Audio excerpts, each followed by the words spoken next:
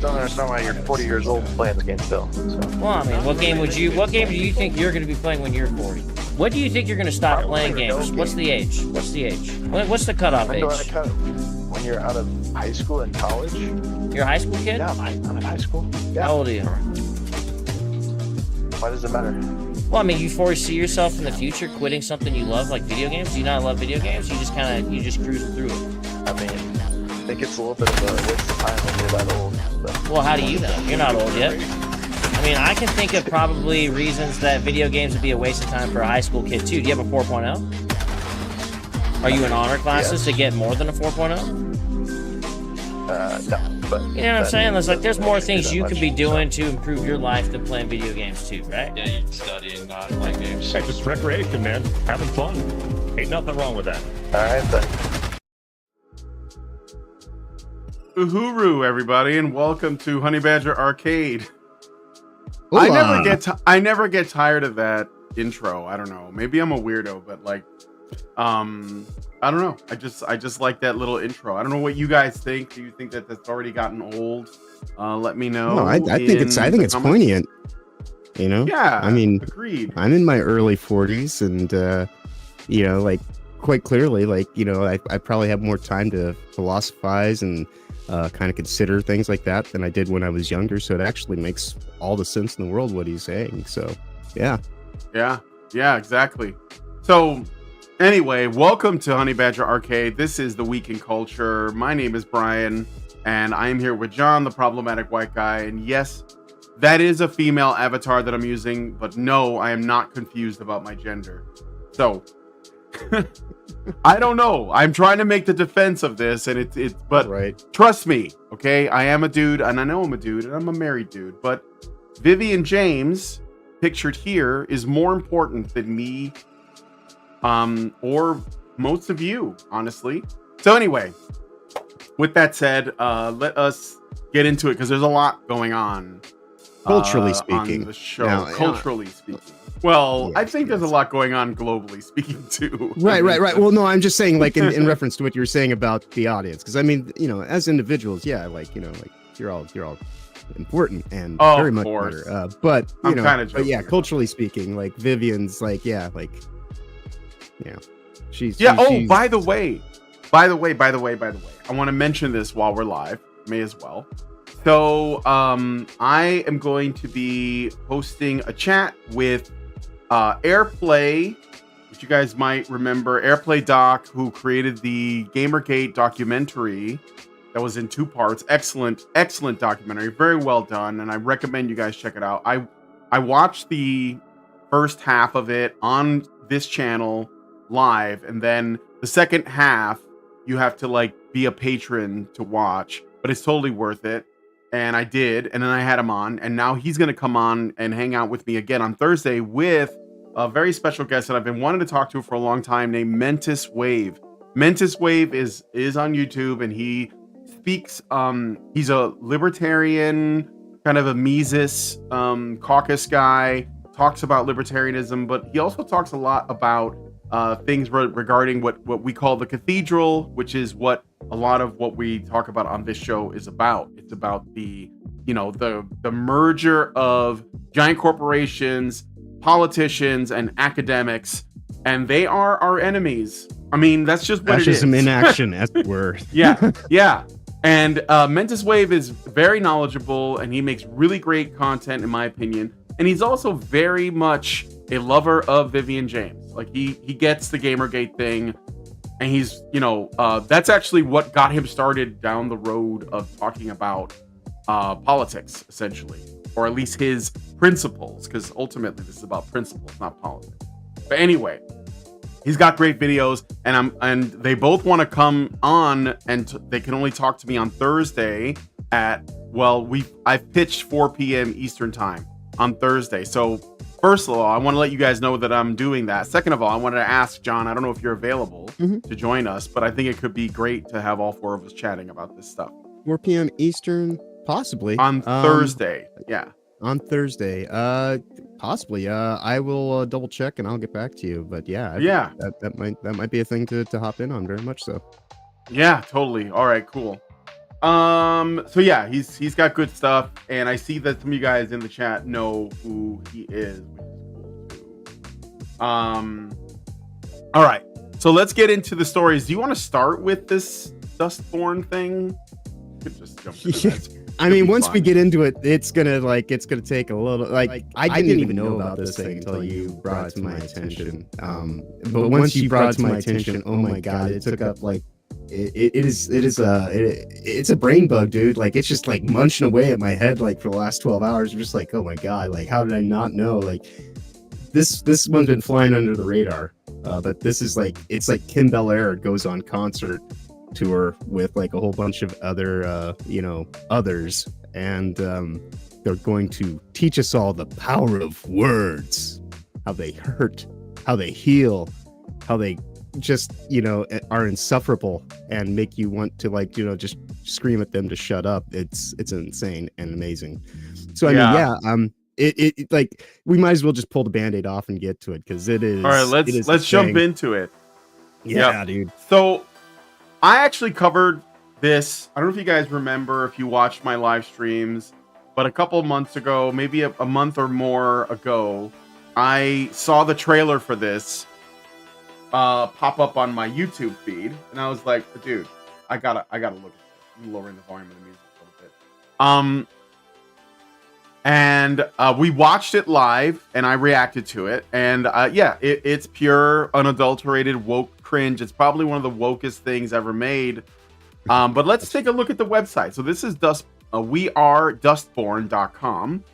Dustborn, lead a band of misfits and outcasts on a thrilling road trip across divided states of America.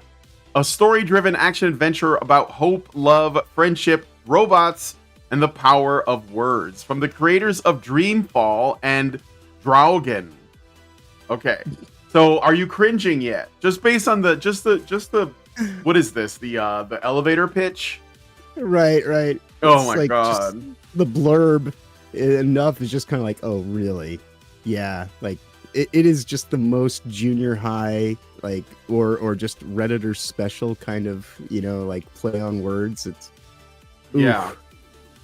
Yeah. But it does set you up for what you're about to, like, it really, I mean, so there is that, like, it sets the tone. Yes, indeed it does. So the so let's look a little bit. Okay, well, let's just get this out of the way, okay? This is like millennial wet dream stuff. And I know that technically, John, you're a millennial on the later end, but let's be real. This is millennial shit right here. This is like, I don't know. It's just and when we get into like who's behind it, you'll see it gets worse, guys. It gets worse. But let's look at this video trailer really quick. I'm just gonna let it play, and then we'll talk about it after it's over. You guys remember this, right? Ghosts are coming back.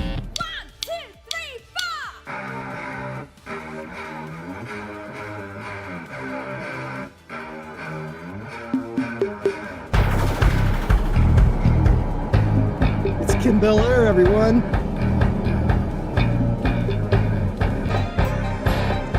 And they're in a band. Like, this is just another good cringe. It's so cringe, guys. Yeah. And they're just, they're just trying to get someplace. And evil white people are in their way. That's right. There's something wrong? F, indeed. F, is there a problem? Let me check my, or are we talking about something else? I'm just making sure the stream is working. F, indeed, the cringe was too much for the stream. What's going on with the stream? I'm still connected just fine. You're good on YouTube. I'm watching it. Yeah, I'm looking over here. I just want to make sure there's no issues. According to the canvas, this thing is maybe people just can't fathom what they're seeing because it is so much to take in. Like, it is a lot. Yeah, that's fair. No, better now. Okay, so I guess that was a little pause. I am, right. My bandwidth is like, being oof. Yeah. This. Okay, so we got the robot driving, and we got all this group of very diverse individuals hanging out on this bus, and it's so Scooby-Doo, but in the worst possible way. But anyway, let's get to the rest of it.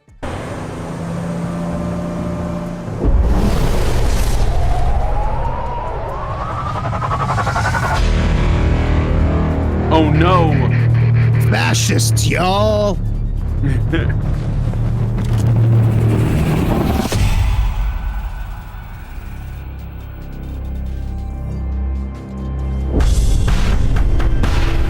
game about hope, friendship, love, road trips, music, family, robots, ghost signals, justice, Civil War, betrayal. Oh God, maps. But are they actually talking about maps? Or are they talking about maps? Are they talking about maps or maps? Oh my God. Climate change, America, migration, religion, division, redemption, and the power of words. The power of words. I got a few words for you. So, Jesus.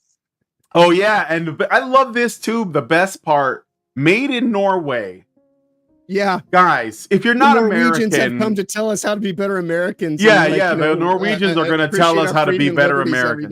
If you're not American, don't tell us what we're about. You don't know. Like, this is ridiculous. This is the problem with wokeness in other parts of the world. It tries to infect like everybody else. I mean, there was already like a thing. We're guys socialism in Discord that works. Yeah, right. Yeah, also not true, but yeah. So it's so just arrogantly pretentious, like, oh, we're gonna go hire this like foreign fucking developer to like go make some cel-shaded bullshit story about like, like the division in America. And we're gonna like teach people how it's like, on them to like choose to not say things that hurt other people's feelings, and that's gonna make everything better. Fuck you. Jesus. I appreciate the rage. But yes, let's look through the website a little bit more. So here we got, apparently this is the villain, and it's John F. Kennedy. Like what? Did they bring him back to life and he's a villain now? I thought we liked John F. Kennedy. I don't understand. I'm a little. He was evidently too white for his own good, even though, like, last I checked, like, he was killed by the military-industrial complex for actually giving a shit about humanity. But what do I know? Right. Kind of weird. Kind of weird. All right. So here's the story. There is no hope. It's 2030. Wow, that's like really close. That's around the corner, guys. Right? They're like, come on, guys, eat some bugs already. Oh my God. It's isn't the Agenda 2030? Yes. It's 2030, 3 decades after the broadcast. You play PAX, ex-con, con artist, also known as 9/11. Yeah, right. You've been hired to transport a mysterious package from Pacifica to Nova Scotia across the justice-controlled American Republic. Justice-controlled? But this is not a one-woman job. The fanatical Puritans are on your ass. The authoritarian justice is in your way. You're an outlawed animal. Is that like... This is really animal. I think it's like, yeah, like animal. Cool. I spelled punk with an X. Jesus. Yeah, right. And you're 4 months pregnant. Just get an abortion. Oh, you probably can't, right? They're illegal. Right, because the Puritans, and that's what this is really about, is like, I've got to go all the way across state lines. Damn, Roe v. Wade and its consequences. You need help. You need a crew. Recruit a band of misfits and outcasts with the power of words.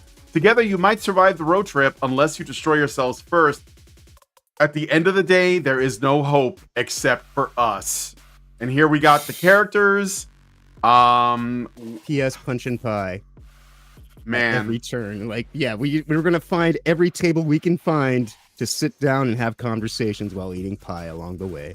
I want to know what you guys' thoughts are on these character designs. Yeah, because we are going to do a character like there's video clips on YouTube where they actually the cast talks about their characers, and we are going to watch it because that is so tasty. But just looking at them, you feel. Yeah, this might be most of the show. I don't mean it for it to be the case, but it might be just because I didn't even know about this thing until last night. Content there is. Now it's just like it's like I said, it's like a brain worm. It's just like it gets a hold of you, and you're like, hold on, but why? And then then you just start looking at the cringe, and it permeates all the moments. I had to. There is some stuff that they're giving the goat away on. There is power in words, and they know that. Like, these people know the power of words, and that's like the whole thing that we've been dealing with for like which is why they're trying to enchant us with them right now. Yeah. So they're trying to exactly. It's like they're setting us up for this conversation. Now, is this game gonna sell? Well, it's not doing so hot in terms of the like-dislike ratio, and the comment sections under the videos are pretty amazing. Spicy. I can admit. Yeah. I mean, once you see it, it announces itself for exactly all that it is, and it takes all the air in the room. It demands it is an activist in action as a video game. Absolutely. I mean, it is hyper cringe. It is so woo. Well, let's get into more of this so you can see how bad this gets. Whoever wrote this is like completely divorced from reality. Okay, so you just can't. You just can't. In the most loosest of terms, man. Like yeah. Jesus Christ. It says here, you just can't without your crew. Do we even still say just can't? Does anyone even say that anymore? This is already outdated language. Your crew is fam. Hello, fellow children. Yes, exactly right. Hello, fellow children. The game.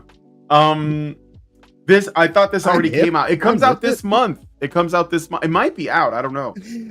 Your crew, the 20th, August 20th. Oh, the 20th. I double checked. Like, so yeah, like, because they put that graffiti on every piece of video content that they put out. Like, yeah, so it's out in a week. So we are giving everybody a week's, like, like a week of prep time for what is about to be like the biggest fucking woke cringe bomb that's gonna fizzle. Like, because I don't think nobody's gonna buy it. This is a cringe nuke. Yes, it is. All right, let me see if John is back yet. Still not here. It's okay though. He'll be back. All right, I'm gonna read through some more of this. Your crew is fam. Again, do we still say fam anymore? Oh yeah, John, you're back. Okay. Sorry about that. No, it's okay. These things happen. I was just reading. Yeah, it's the internet. Nothing is guaranteed. So anyway, your crew is fam. Round up, manage, and look after a motley mob of misfits with peculiar powers, compelling stories, and clashing personalities. So basically, it's like, this is another thing that these people love, is this idea that, like, oh, I don't have a place where I belong. I'm so different. I'm so weird. I can only hang out with other weird people. But also, people who are normal are actually weird. Right. Wield powerful weaponized words. Words can hurt. Use weaponized words fueled by disinformation in combat and conversations to fight enemies, manipulate strangers, and motivate hold on. friends. They're giving it away right there.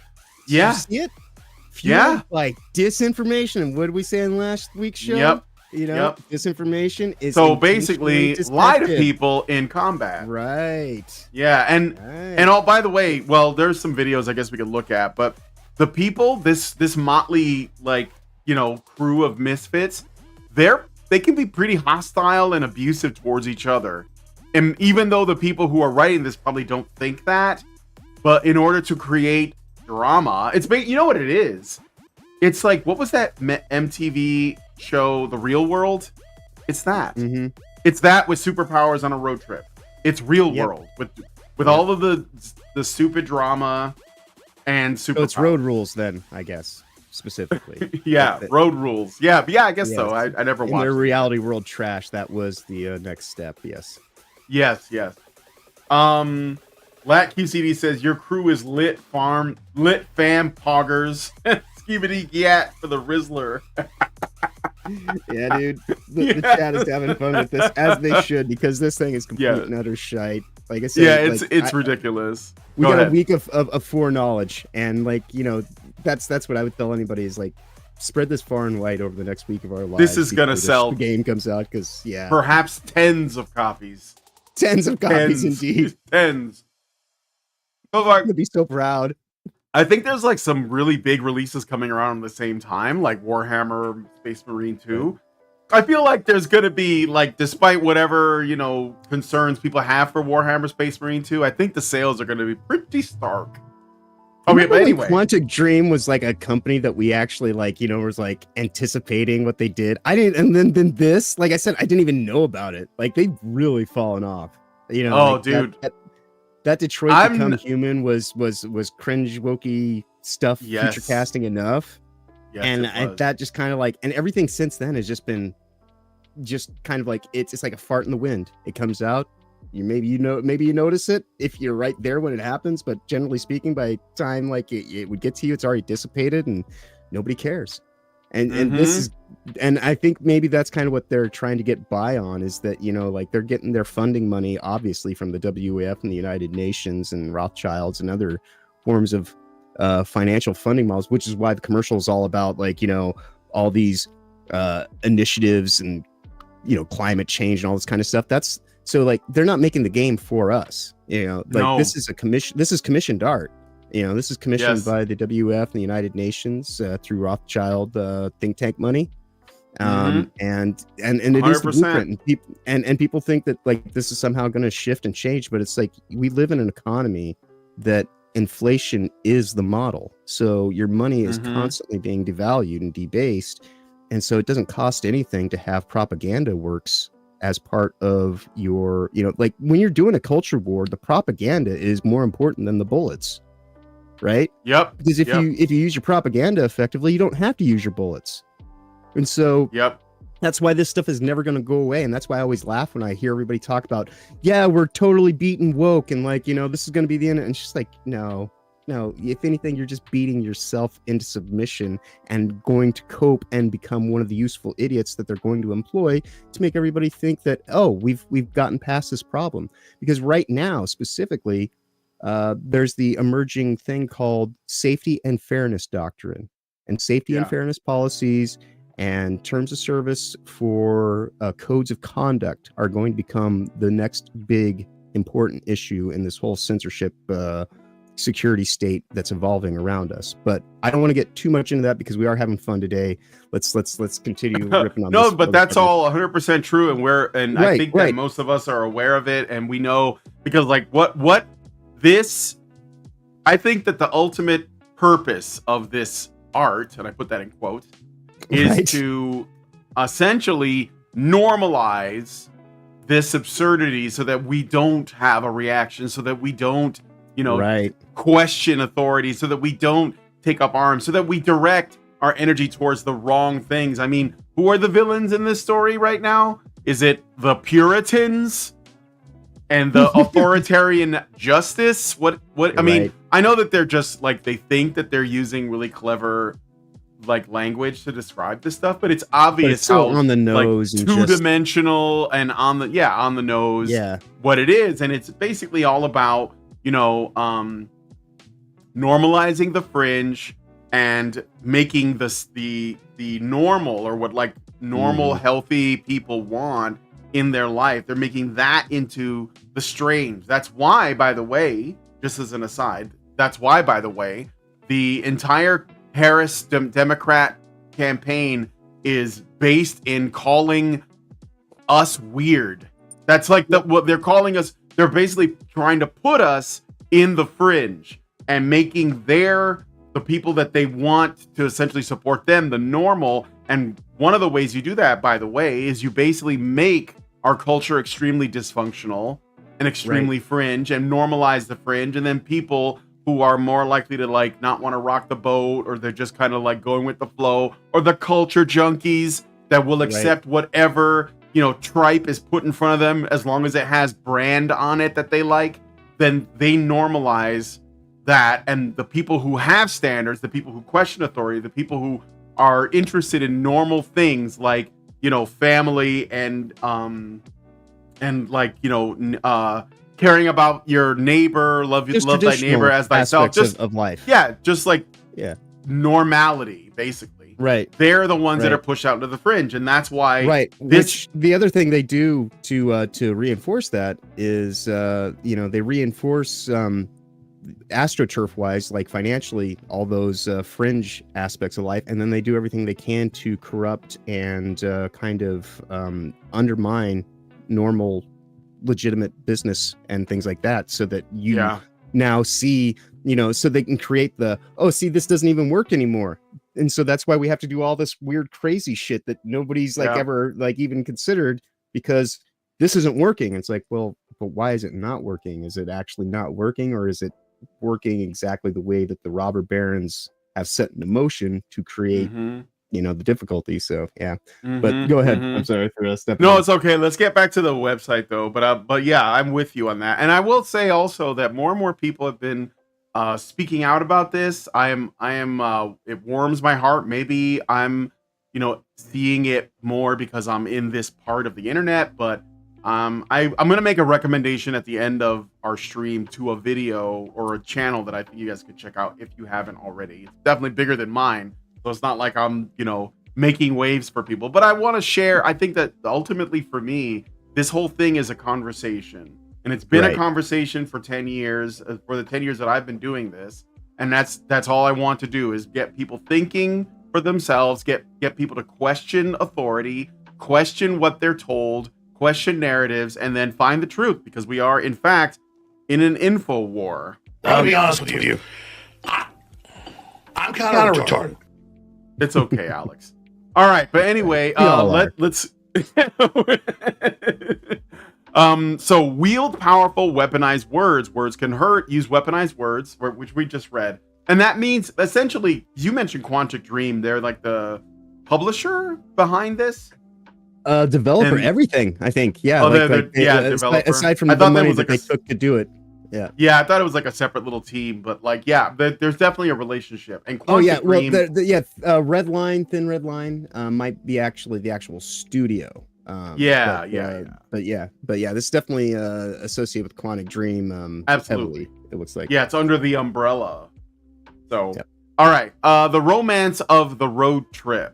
On the road across America, you'll stop at iconic locations in a dozen states, explore strange new places, and take on unexpected assignments, meet a diverse cast of characters, enlist new crew members, and fight your pursuers. Wow. That is loaded with buzzwords. I don't know if you guys caught that. Not just like the diverse cast of characters. That's obvious. But I mean, like, look at what they're saying, okay? Because I bet in the game itself, what you're hearing in this is not going to quite match what you will experience in the game. What do I mean by that? It says you'll stop at iconic locations. So how do they define iconic locations? And what will be the context? Like, for example, if you end up going to Mount Rushmore as one of the locations, which would make sense, right? What will be the context? Will it be a bunch of angry natives that are just pissed off about colonialization? Because that's probably what it would look like. It's not going to be like, oh, look, those are like 4 very important great men, you know, that helped build this country. That's not going to be the context, as an example. Right. Another one is they'll probably end up in Washington, D.C. They'll probably end up that's again, because this is all about like social, cultural, and political commentary from the perspective of essentially gay race communists. That's what I'm going to call them. Gay race communists. This is like Civil War, the game. If the characters were even more lame and beige. Yeah, right.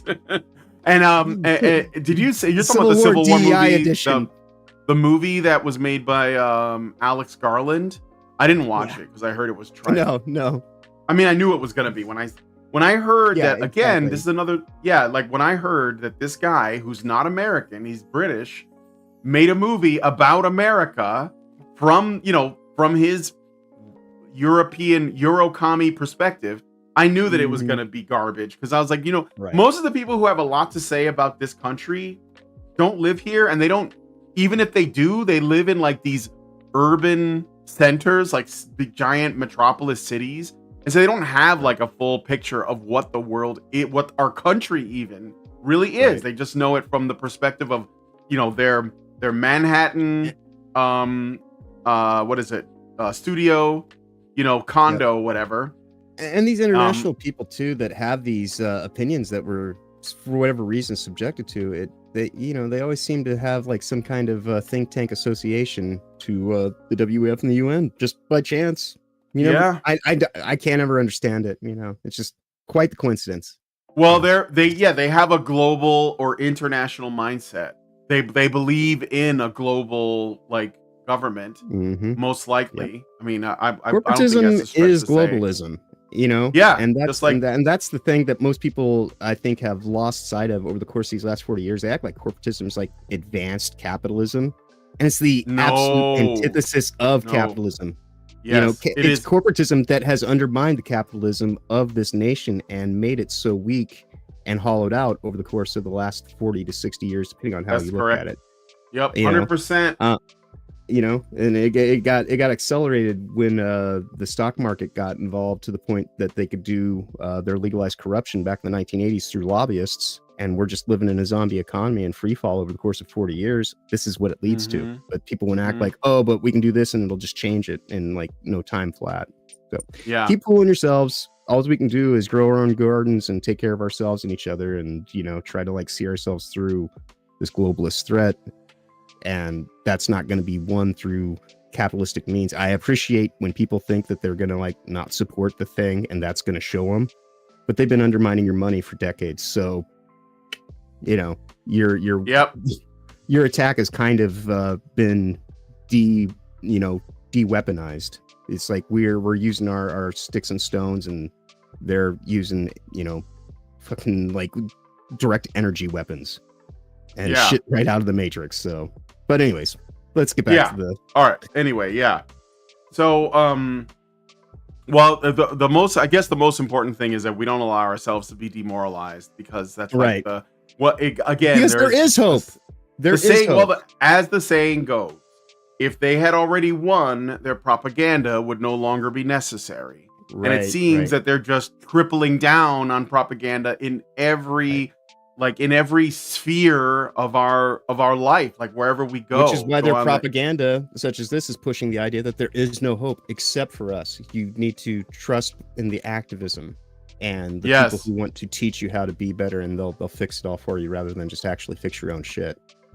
Right. Whatever. But they hate the idea of a person who wants to be self-sustaining. They despise that. I mean, that's why. Why is it they attack? The first thing they attack in these games, the first thing they erase, the first thing they change is like the image of the masculine, like men, masculinity. That's the first thing to go. And that's I'm sure there's a lot of people that would be pissed off in my sphere of influence right now, just seeing what I've done in just the last month of us putting together this show. I've done like so much stuff in the last month. On my computer end and all this back end stuff that it had to be done. Who else was going to do it? Right. So I did it. Yep. And now it's done. Yep. So, and I can now use that success to build on more success. And we're going to keep making better shows all the time and build our audience. And that's because we give a shit and we care, and we're just doing it for ourselves. I don't need anybody else to come in and hand me the solution. I'll figure it out. I'll figure out 5 ways to get into the same destination if I have to. That's what it takes. That's what it means to be strong and independent, and actually based in reality, and not caught in this weird kind of follow the leader ideology game that they've got everybody bamboozled by. So, but again, I keep pulling us away. I do apologize. No, it's okay.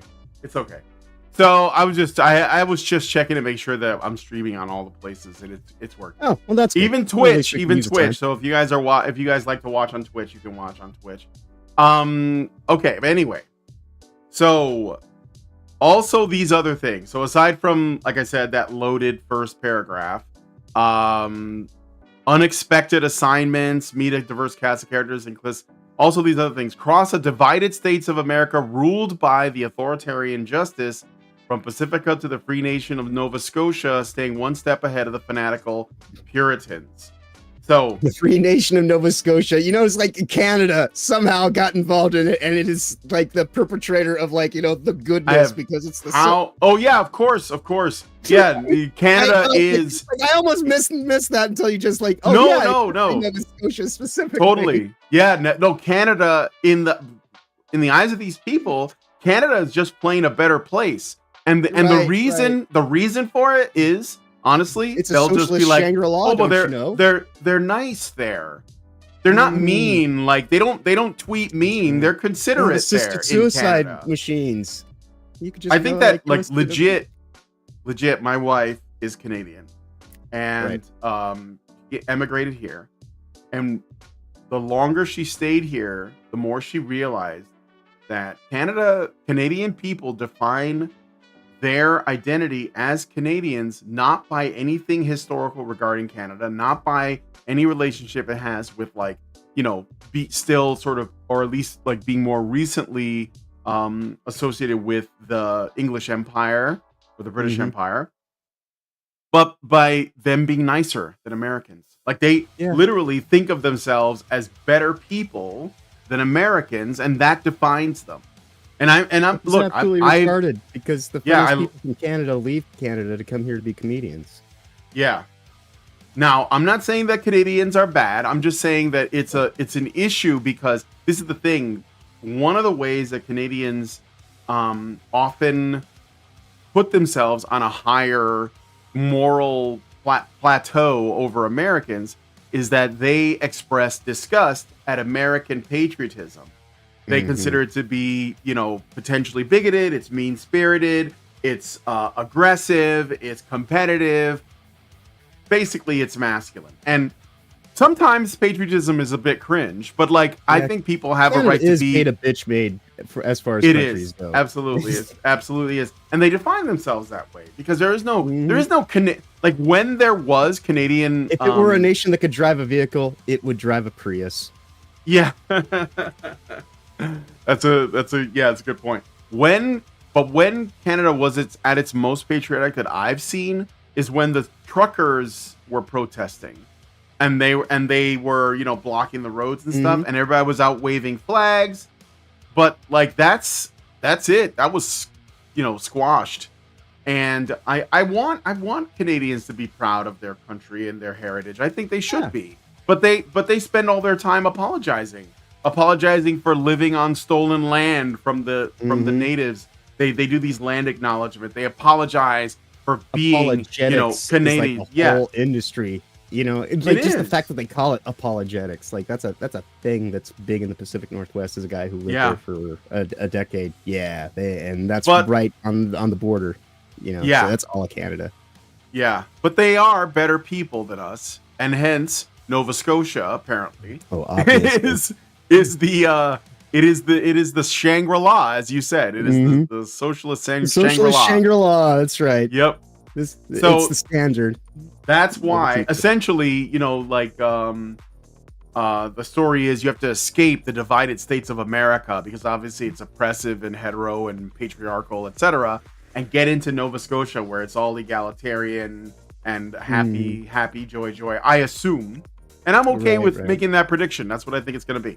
It says record and remix I could be wrong, echoes. but I don't think that I am. No, I could be wrong, but I don't think I am. Record and remix echoes of the infodemic into new weaponized words and manipulate, intimidate, and control the people you interact with. So, infodemic. So apparently, they are crafting the narrative of the story. Now, like you can be sickened by words. I think it's. They may add an actual science fiction or supernatural element into it, but what I think they're doing is they're basically saying Yeah, but what I think they're really doing is they're saying that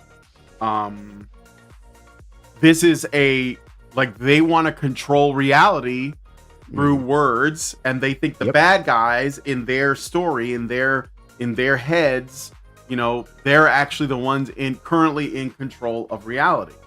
So that's go ahead. I've said it before. It's the problem with being caught up in your own projection. You can't see past the haze of your own projection. Everything you just cast that onto everything. So yeah, of course they see this in all this. Yeah. So anyway, you're so terrible. Running through really quick. So apparently, you know, there's dialogue choices that have a branching system. This is par for the course for Quantic Dream. Not really, you know, weird. A story about family, friendship, and hope. Adversity. You're basically oppressed and you're trying to survive in the world that oppresses you. Beautiful graphic novel art style that brings stunning 2D illustrations. Yeah, when I saw it, I was immediately like, oh my god, this is cringe, because like the whole like let's make this look like you know, like a comic, an indie game. like from an independent comic book art style. I'm sorry, but that's just been done a bunch of times. Borderlands was, you know, built its brand on that, in fact. Yep. And this is good. You know, I started warning people about 6 months ago, you know, is that this is gonna be the next big thing, is like the infiltration of the independents, because, you know, AAA titles, so many people are just finding them to be cancerous now. And so they are the thing where and they are, obviously, yes. But this is gonna be the next thing where like they're gonna, like, you know, do all these stealth AAAs as independents. Yeah. Well, I warned about this too, because like 10 years ago when I was doing Gamergate stuff, a friend of mine, NC Clark or Sour Grape, we would play like very, very early indie games made by students that were like, you know, wanting to become game developers, and they were doing stuff like this. They were like, here's life as a trans woman, here's life as a woman in the workplace, you know, here's what it's like to be Trayvon Martin. Like, it was like, we don't want this. Like, we don't want this shit.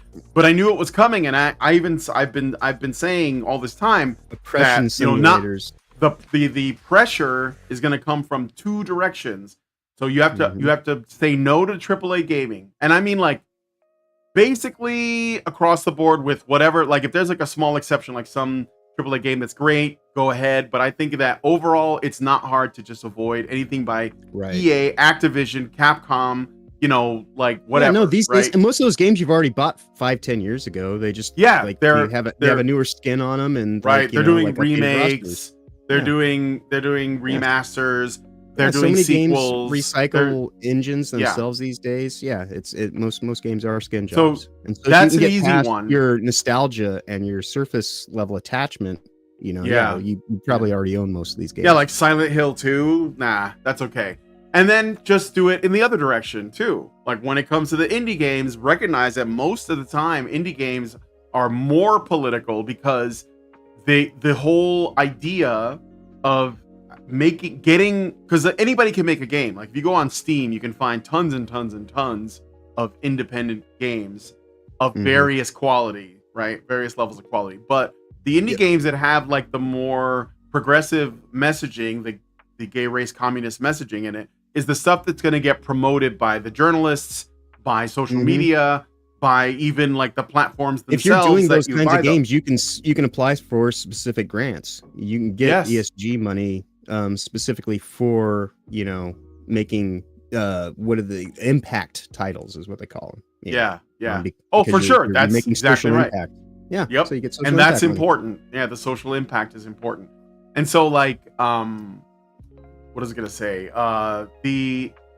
have to be very aware of the indie, and like some of the old ones. Like, I remember there's the game everybody keeps gushing about. It's called Braid. I think it's called Braid, and it's like a platformer. And the whole thing is, the game doesn't look very good. It doesn't. To me, it doesn't have a striking art style. It's kind of ugly, and it's a bland platformer. But the reason why it's like put on this pedestal is because, oh, look, you know, you're rescuing the princess, but actually you're the villain and you're the stalker, and she's so it's sort of like taking the whole, you know, the simple narrative trope of rescue the princess, turning it's subverting expectations.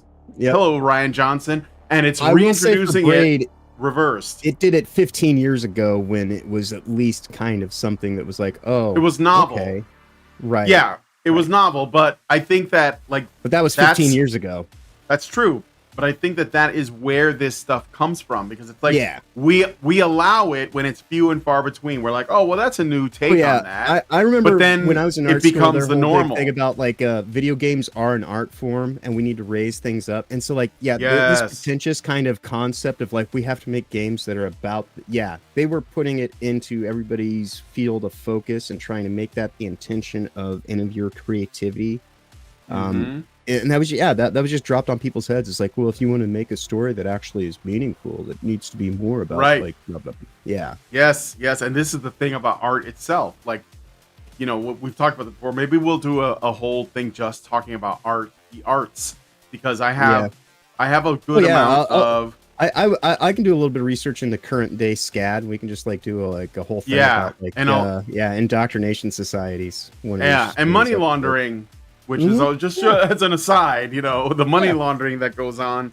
Like, I think video games are used for money laundering now, as well. I think that might be what ESG money is. The fact that the revenue models are built around engagement in and of itself is giving the game away that this isn't about anything that's actually substantial or worth a purchase. This is, you know, it literally is just about cycling, whatever the current thought of the moment is and keeping everything built around that and just having the advertising being the thing that's actually happening. And so a lot of the stuff that you see are merely platforms for the advertising to take place around it.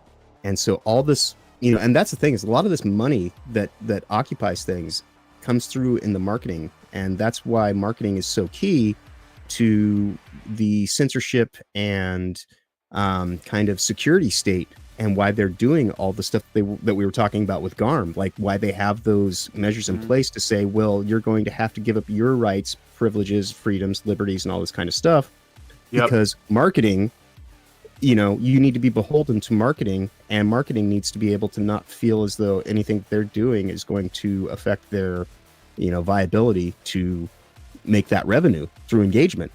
You know, so I mean, that's it. We've created a situation where it's quite literally about the pomp and the circumstance and the cacophonous noise, and what you actually say, think, and do and mean is like not even associated with like the actual business of generating revenue to make money, which is like so weird, because it's just like, all right, so like we are really just caught up in like a weird Ponzi scheme that's all about wealth consolidation, and all we can do is just, you know, keep the distraction going. Yep. So Norwegian Black Templar, I'm just gonna read a comment here. Yeah. It says, gaming is the biggest entertainment industry in the world. Why wouldn't the elite use it to money launder? Exactly. Yeah, that's right. All right, so back to the story. Well, basically you travel undercover as a folk punk rock band and learn to play a set of original tunes around the campfire. All of them will probably have woke messaging, by the way. I joke about making an industrial punk grass band. Punk grass? Industrial punk grass, because there's so many ways to get it wrong. Maybe only one way in the world that you could ever get it right, and I don't even know that it exists. But industrial punk grass sounds more viable than whatever the fuck this thing that they just talked about is. This is such hipster garbage. Right. This is such hipster trash, guys. So yeah, bad characters, cringe story elements, weird art style that I'm not really a fan of. Again, not new. Like, this was novel once. It was novel once to give it that, like, oh, it's like a French comic book. Hey, look, it's like Borderlands. Again, it's like Borderlands. It's like, you know, none of this is new. Oh, and robots. And it's funny, they keep bringing up the robots, and it makes me think that that's a distraction. Like, look at the robots, though. Don't pay it. Like, don't think too much about, like, you know, the robots gonna have more characterization and personality than the characters. Yeah. They're probably, you know, honestly, they'll probably make the same mistake they always make, and make the white dudes the most interesting character. When we watch the Meet the Cast videos, you will exactly know what I'm talking about, because they're their thing. Like, you know, whatever their activism is about, that's who their character is. Yeah. So, let's look at some of these screenshots. So, okay, so there's move. So I guess you do actually use words. Yeah, she's a witch. She's like Forspoken. Yeah, different. Totally. She's gonna move people with the fucking mind, or yeah, her words, I guess. Words instead of mind. Yes. But yeah, it's the same thing. So, so you're gonna use words. That was another game that I demoed. Oh, I can't remember the name of it now, but it was actually kind of neat. It was like a turn-based, kind of RPG. Witches really are the mascot of 2024, it seems. The turn-based thing. What was that? What's the mascot? I said gay witches are the mascot. Oh yeah, for sure. Yeah. Well, I mean, I guess witches are just gay, like that. Well, obviously, I mean, I guess I'm being redundant. Yeah. Black CD says, great. Punk grass band names, Cult of Combine, Weed Thrasher, Sickle Suckers. It's not bad, actually. That's right. Industrial punk grass, man. I'm going to make it happen. Do it. All right, so here's a screenshot with some dialogue options. And here's a bit that says, I guess I didn't tell you about my mom, my other mom, the better of my two moms. Why are you gay? It's like everything you see about this, it's one more thing, and you're like, okay, this is as cringe as it gets, and then you see the next. Oh my god. It's the divine feminine, that's right. Resistance is never futile. Again, remember, the thing is never about the thing. It's always about the revolution. This moment only happens once. This is the moment to act, the moment to rise up and stand for something, to protect the weak and speak truth to power. Oh. Says the company who's propped up by billions of dollars and to rebel against the forces that threaten us all. We are Dustborn. What about you? All right. So, and yes, this is Quantic Dream. This is Quantic Dream's work. Quantic Dream gave us Detroit Become Human. I played Detroit Become Human. Let me see. They have the thing of their games, right? Yeah. Beyond Two Souls. I played that one. Woke garbage, by the way. I think Heavy Rain was the last I played with any legitimacy. Yeah, Heavy Rain wasn't bad. I in terms of the story and stuff, it was okay. Although it doesn't make sense because one of the characters you play as is the killer. Spoiler alert. Right. But for whatever reason, 15 years old. Yeah, it is old. But he's not aware that he's the killer until like the last part of the game, where all of a sudden he just all of a sudden my characterization is weird and strange. Now I'm like a creepy dude all of a sudden, even though yeah. Although I will say that it seems that they've gotten more woke as it goes on. So Heavy Rain wasn't bad. I don't remember anything standing out. Beyond Two Souls used to be about the technology and advancing storytelling, and then they just became about the message, the narrative is more, the narrative is more important than whatever the fun factor might be. Yep. And then they started hiring narrative. All right, so when I was a little story about me, when I was in art school, I wanted to go in for narrative design. But I'm a problematic white guy, obviously. I was the last person they were ever going to hire. I didn't know what narrative design was until I actually went through art school and realized that, narrative design is the way that they're going to take white dudes out of making video games.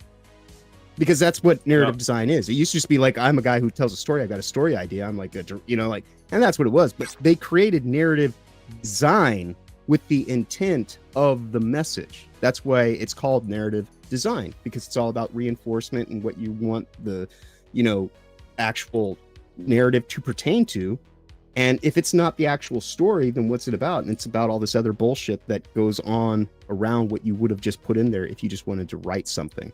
And so that's when I realized, wow, narrative design is one of the worst things that's happened in the gaming industry.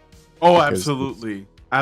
Yeah. Remember when games, some of the classic games that people still have fond memories of, only had enough of a story to drive the gameplay. So it was like a premise, right? Like Super Mario Brothers, rescuing the princess. That's the least important part of the game. It's not about what you're doing or why.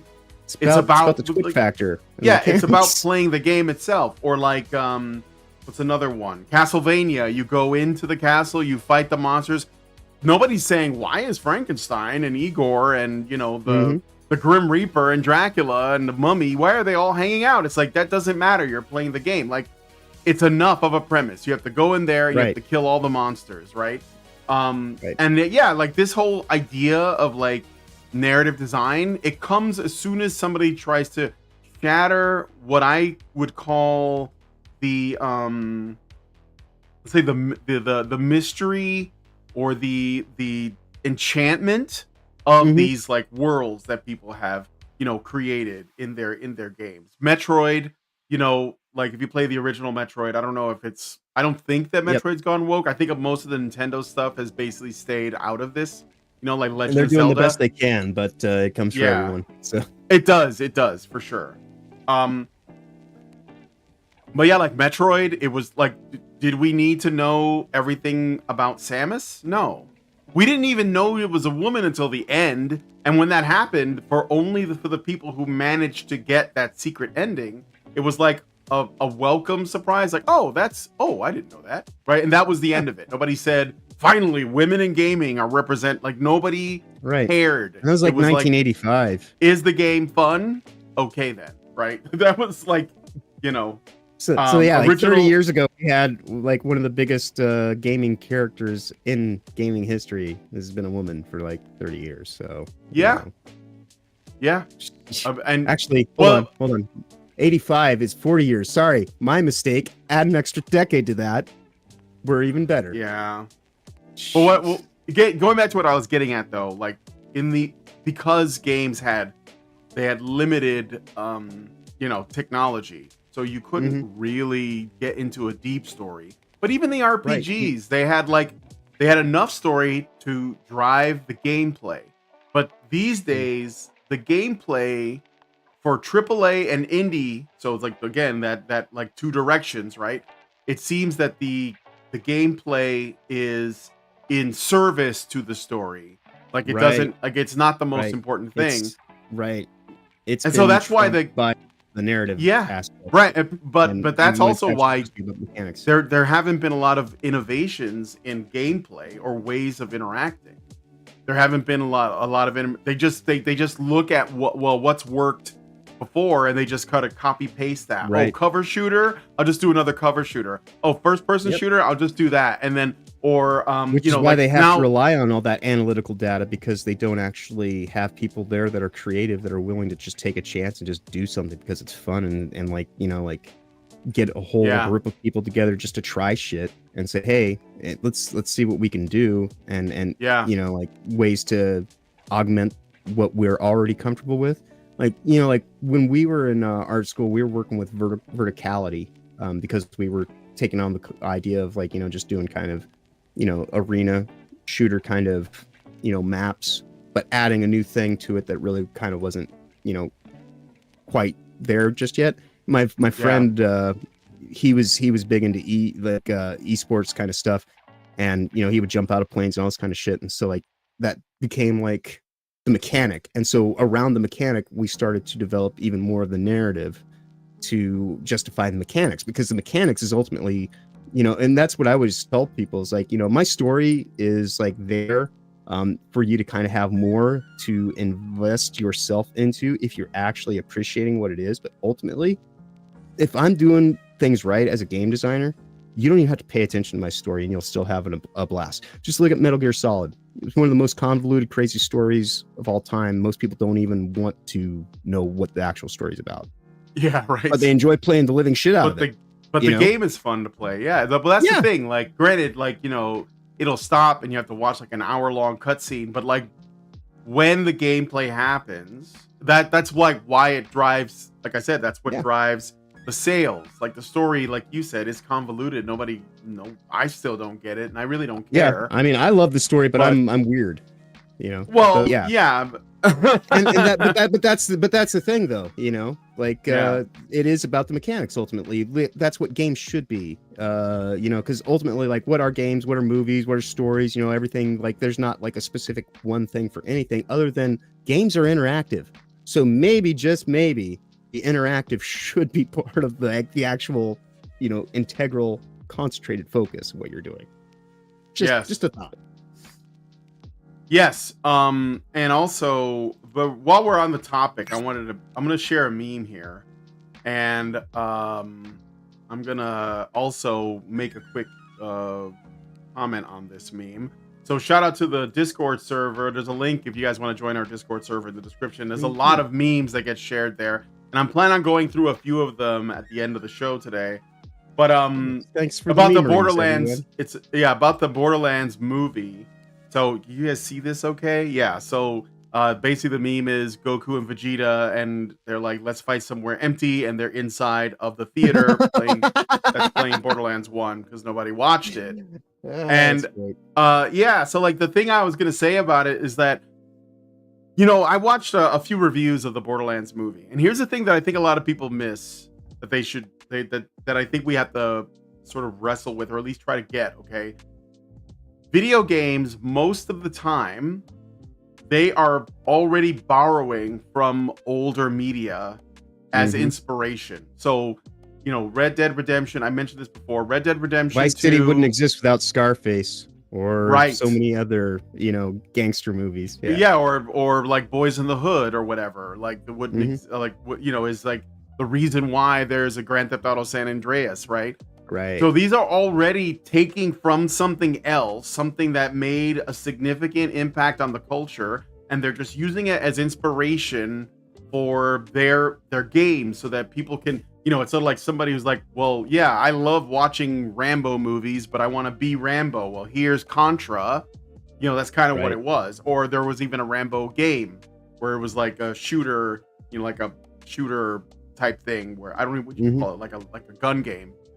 Back in the day, Operation Wolf. Yeah, that was like that. Yeah, that Operation Wolf. Yeah, that was a quarter muncher. That was a Rambo game. Yeah. Yeah, it was. Well, that's because like that was what people were looking to. They wanted to feel like this character, and it was the coolest arcade game back in the 1980s too. Like, if you don't know, little kids, like they used to have like these arcade games that would have like M16s, like Uzis as the controller mounted, and it was like this game's called Operation Wolf, and it's just and it's parallax, you know, parallax graphics. It's all 8-bit. It's like, it's not, and you just shoot and living shit out of things. It's basically Duck Hunt, but awesome, you know. And it was definitely a quarter muncher too. Like, it was gonna take your money. The second level, like nobody ever beat it. Anyway, I mean, I'm sure you did, but I'm saying most people, that was like where they ran out of quarters. Well, you know.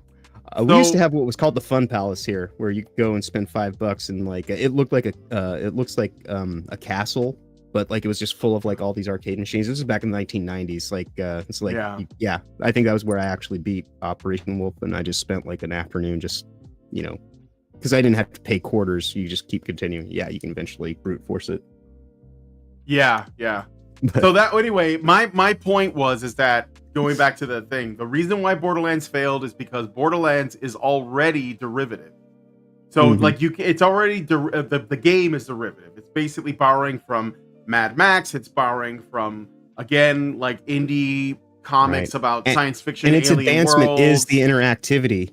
And so like if you go and step back from that, you're going to diminish the work. Yeah, I mean, like, I know some people like the story of Borderlands. I didn't really pay attention. I just played the game because the game is like, you know, do a mission, get loot, move on to the next mission, level up. You know, that was it. It was a looter shooter. So like, and it was more about just the collecting of the different guns too. Initially, that used to be a big thing. It was like I want to get all the guns. Right, I want to collect all the guns. You can't make a movie on that. So like, so my thing is, most of the time, the reason why these fail is because... Okay, you're back. Yeah, it's all right. My internet's being weird today. Yeah, it's okay. Mine is a little bit weird too. But anyway, what was I saying? Oh yeah, so most of the time they don't get adaptations right when it comes to a film adaptation of a video game. But if you can think of a good example of one that has worked out, let me know. And I already said that there are some exceptions. Like, I thought that, you know, Prince of Persia was okay. But there's been a lot of duds. Like, I think it's most of them, honestly. And I wouldn't want, and I honestly do not, I know a lot of people say that they want this, but like, I would not want adaptations done of even some of the best video games, because I don't think that they're going to be able to top that. But what's the Last of Us TV show? Is that working for anybody? What about the Silent Hill movie? What about Assassin's Creed? Whew, I heard that was awful. Right. Like, I don't know, man. Like, I think they do themselves no favor, because it shows the derivatives aspects more than anything, because like, unless you actually really have developed a contextually rich story that you're taking into that thing, that's an advancement off of these things that were initially, you know, just kind of the inspiration to build up this greater work from that. Well, now you've got that, right? You got this video game, and it's like, it's built on all this stuff, and it takes all these references and all these cues and this and that, but it gets to be its own thing because it's doing things that those other influences couldn't do. And so once you go and say, all right, well, now, like, it's like these people, like, I always laugh when people like are really good at like their job, and then they get promoted to being like a mid-level manager, and they have like absolutely no capacity to do that, but they've now been like, you know, promoted into a position that they absolutely have no qualification for, but they were done for like, you know, these stupid reasons, rather than just saying, hey, we want to reward you, here's more money, keep doing the good work, you know, and actually rewarding the thing that is worth rewarding. They go and they change the focus entirely, and it ruins the shit. And so then that's what happens like with a video game that gets diminished into, you know, just a standard movie at that point in time, because now all the things that it excelled at and was able to do, it now doesn't even have as possibilities or opportunities. And so now you actually have to look at what the story is. And if that story was built on like, you know, just the premise and just kind of loosely there, and all you're seeing now is all the derivative aspects of it that, you know, put it into motion to begin with, it has to be a lesser work, and there's no way to avoid it. And that's, you know, like Eli Roth could ask me, he could give me $100 to go and say, please go watch the movie, and you can have the remaining, you know, like change from this bill, and I'm going to pay. I still wouldn't do it, you know? Yeah, you can't pay me to watch this movie, let alone get me to pay. Yeah. I think it's a really difficult thing to pull off. But let's look at Quantic Dream. I'm gonna like go into their values section. Can you guess? Can you guess what their value is? People those videos about let's do that. I want people to see that before we go out today, because it is so good. Yeah, for sure. Okay, diversity and inclusivity is one of their primary values. So put Quantic Dream. If you're one of these people that wants to avoid supporting woke corporations, I would consider adding that to the list. Quantic Dream add them to your bingo card. Yep. Quantic Dream upholds the values of diversity and inclusivity since its inception 25 years ago. Unique and different, each member of our team was recruited for their talent and personality. Yeah, you're lying, because you already said diversity and inclusivity. You can't have both of these things. Means that they were hired by their checkboxes before anything else. Let's see. And for who they are as human being. What? This diversity of perspective is reflected not only in our team, but also in the experiences we create. Yes, we are one human being, and it isn't gender. Right. Yes. Video games are universal. Yeah. Well, video games are universal. We care deeply about creating video games that represent the diversity of our players. Omicron, the Nomad Soul, 1999, was one of the first video games to offer playable characters of different ethnicities and parity between male and female characters. Never played it. Was it any good? Like, it's funny because they're telling me how diverse it is, but was Omicron, the Nomad Soul a good game? Because I mean, I've heard the title heard it referenced. Before, I can't say that I've ever known anybody who's legitimately played it. Yeah. Like I constantly, like I hear people talk, but it's like, it's like one of those movies that you hear about, like, how did that make money? Because you know, like Avatar 2. I don't know how that thing made billions of dollars. Nobody I know has ever watched it. Wants to watch the movie? like that, the one with the blue people? Yeah. It's just one of those things where how does that happen? Exactly. But yet, so math doesn't work. I don't know. Like I watched the first Avatar only one time, never watched it again. I just didn't really feel that like that. I have no urge. I watched Dance with Wolves, and if I want to watch Dance with Wolves again, I'll just watch Dance with Wolves. Exactly, or The Last Samurai. I like The Last Samurai. I'll watch The Last Samurai if I want something like that. I'll watch Last of the Mohicans. Those are good movies. Right. But anyway, I never saw Avatar 2. Yeah. Okay. It's the same kind of deal. Yeah. So they said they're claiming like this is why we're the best diverse company, which is even more reason to avoid everything that they create. Fahrenheit Indigo Prophecy. So somebody in the chat mentioned they played Fahrenheit. Mm-hmm. Fahrenheit Indigo Prophecy 2005 is one of the first video games to present an LGBTQIA plus character talking about their personal life. Beyond Two Souls spoke about self-acceptance and everyone's right to be who they are without being judged. Oh my God. What is that? Starred Ellen Page. Yeah, Ellen Page. The late Ellen Page. F's in the chat for the late Ellen Page. She is no longer with us. But and I do mean Ellen Page. She was still very much a female in that game. Yeah, she was. Well, yeah, it was Ellen Page in that game. I wonder how she feels about this game exists. I'm sorry. Right? I know. People should send her like maybe next time she's like signing anything, just walk up with a copy of it and be like, "Can you sign it? Can you sign the game?" Yeah. XX is in the chat. XX. Right. XX chromosomes in the chat. That's right. No, but it's funny that's their takeaway from Beyond Two Souls. I played Beyond Two Souls, and the one scene that stands out in that game, kind of early on, is where you rebel against your father, Willem Dafoe, who's probably the best thing about the game, and then you go to this bar.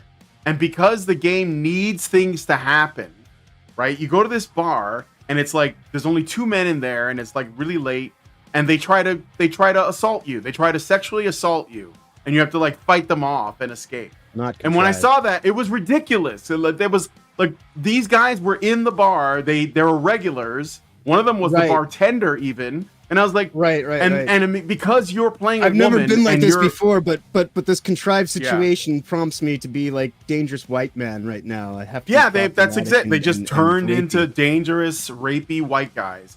And I was like, that, and it's out of nowhere, and it's for no reason. I'm like, this is ridiculous. Yeah. Like, who wrote this?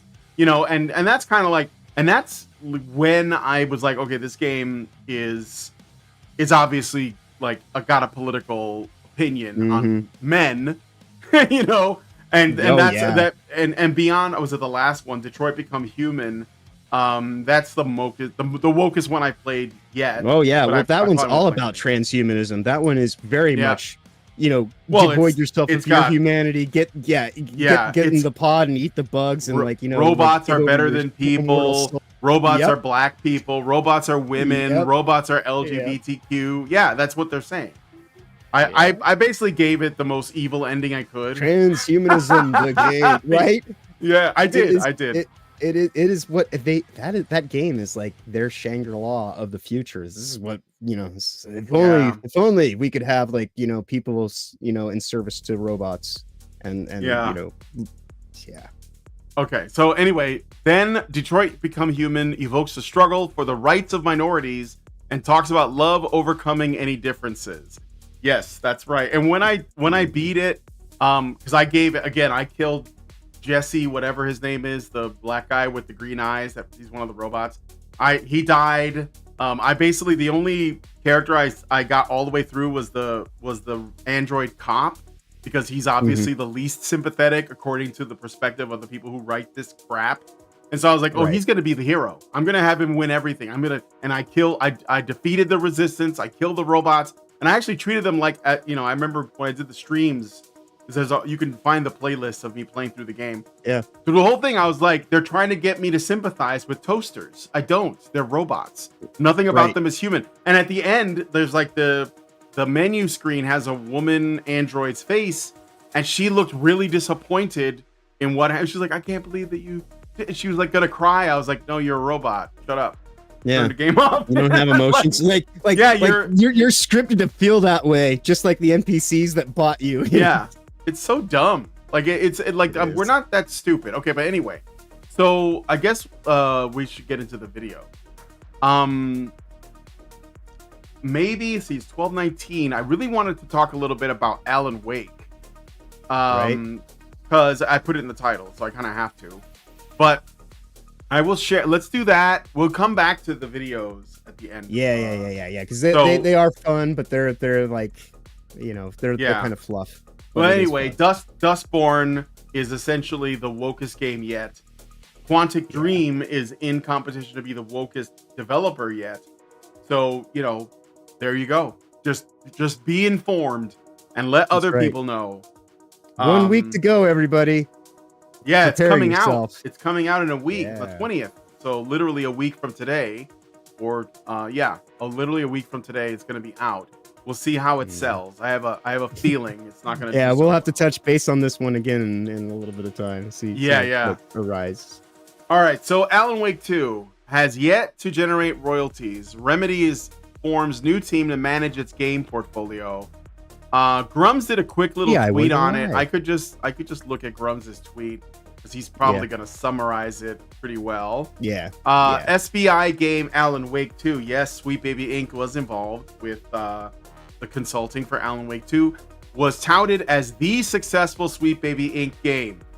And even my friend, and I still consider him a friend, Mike J, who helps me out on Honey Badger Radio, he was like, I will reject the fact that this is woke. This is a good game. It's gonna sell well, because he really likes Alan Wake. Now I never played the first one. I did play Control, and I'm sure that Control had some some woke stuff in it because you're playing this woman. She's kind of girl bossy, and she's not that attractive. Like she's got this manly face. But I enjoyed the game enough that I was willing to let all that other stuff go. It was a good game. It was fun, and it was free. It didn't cost me a cent. The mechanics were sound, and so and that's the thing of what we were just saying. If you have good sound game mechanics, we can forgive a lot because we don't necessarily have to pay attention to the story as long as I'm having. I don't know what it was about, but I know that I didn't even know that it was connected to Alan Wake until I got a little bit into the game. After and I saw some cinematics. Yep. Yeah, and I was like, oh, I guess this is connected to that. But I never even played Alan Wake, so I don't have a basis. The story was already confusing, but I didn't really care. I was just like, yeah, I'm just killing these guys. I'm just gonna keep doing that and flying around and Right. So bullet time and reverse and all that kind of stuff. I think so. There was a lot of interesting mechanics, and it had a really interesting graphics engine that I was really I thought was really kind of cool because it was almost like it had a film grain quality to it built into it. Yep.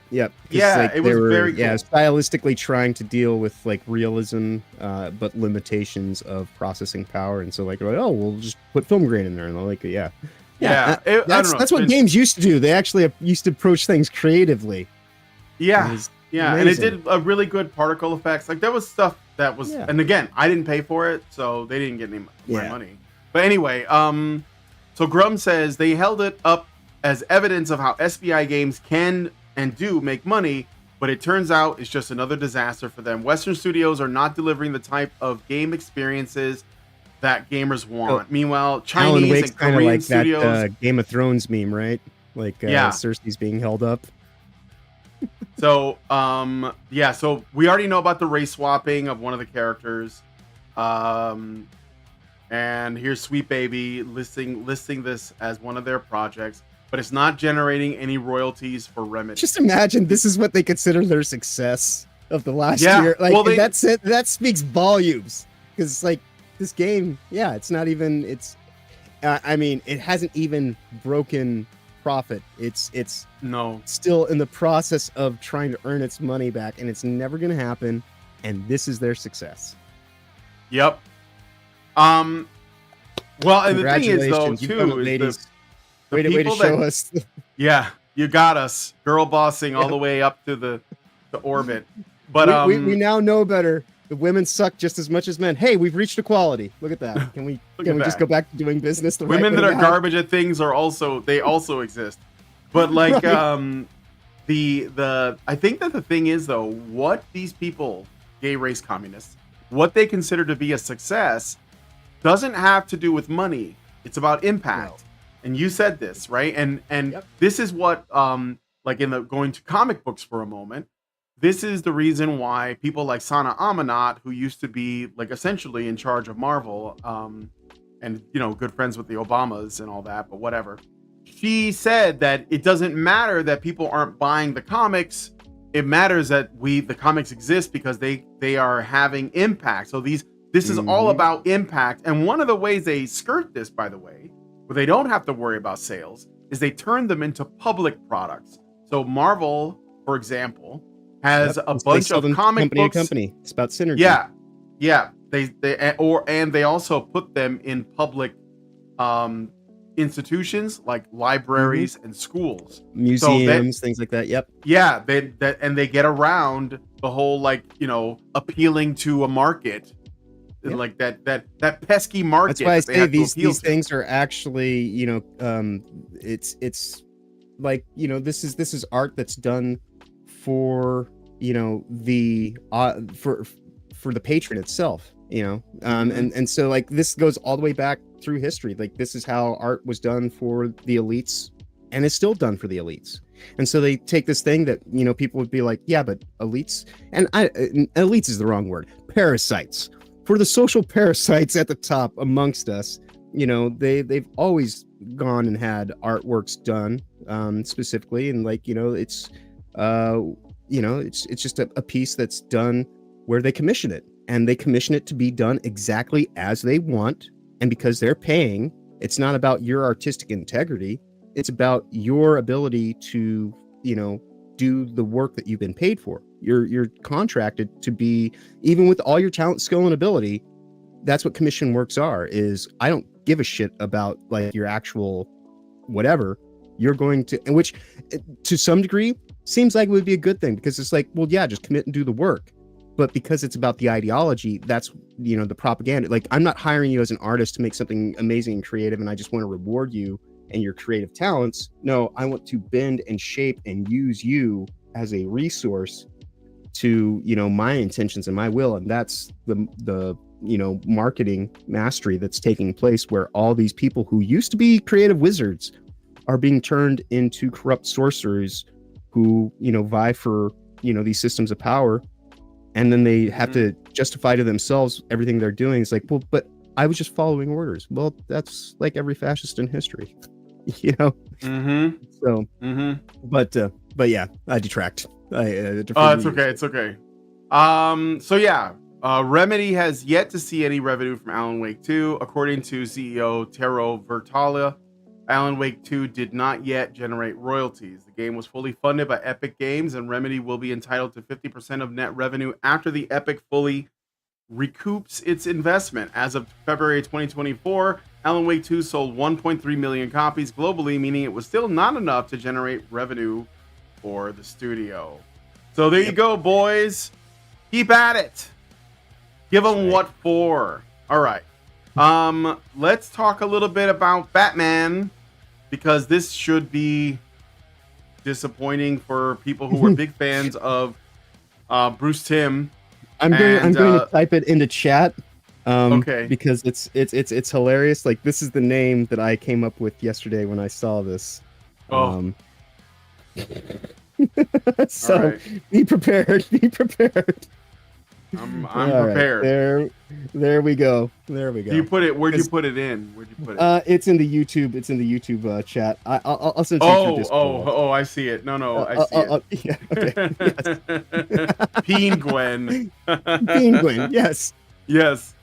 So yeah, we know about the female penguin. So what? Whatever. But here's the thing. What I think is the real issue is Bruce Timm's response to it. So like, Bruce Timm, at least he was like the hero of DC Comics. Like, if it weren't for Bruce Timm and the Batman animated series that came out in the 90s, that was like what put DC Comics on the map. Like, Marvel was dominating back then in basically every arena, and Batman the Animated Series was like a shock to the system, and a really good one, really good show, really well written, and it seemed like he was like saving DC. Like, not only did he do a successful Batman show, but he did another successful Batman show, which was like the New Adventures or something. and then he did Superman, and then he did Justice League, then he did Justice League Unlimited, amongst like award-winning movies like Mask of the Phantasm. So like not a slouch, huge impact, and he even like created characters that were mainstays. Like well, what's Roxy, hilarious is like go ahead. Burgess Meredith, like the guy who played Penguin back in the 60s, like the cartoon from the 90s. Penguin looks like Burgess Meredith.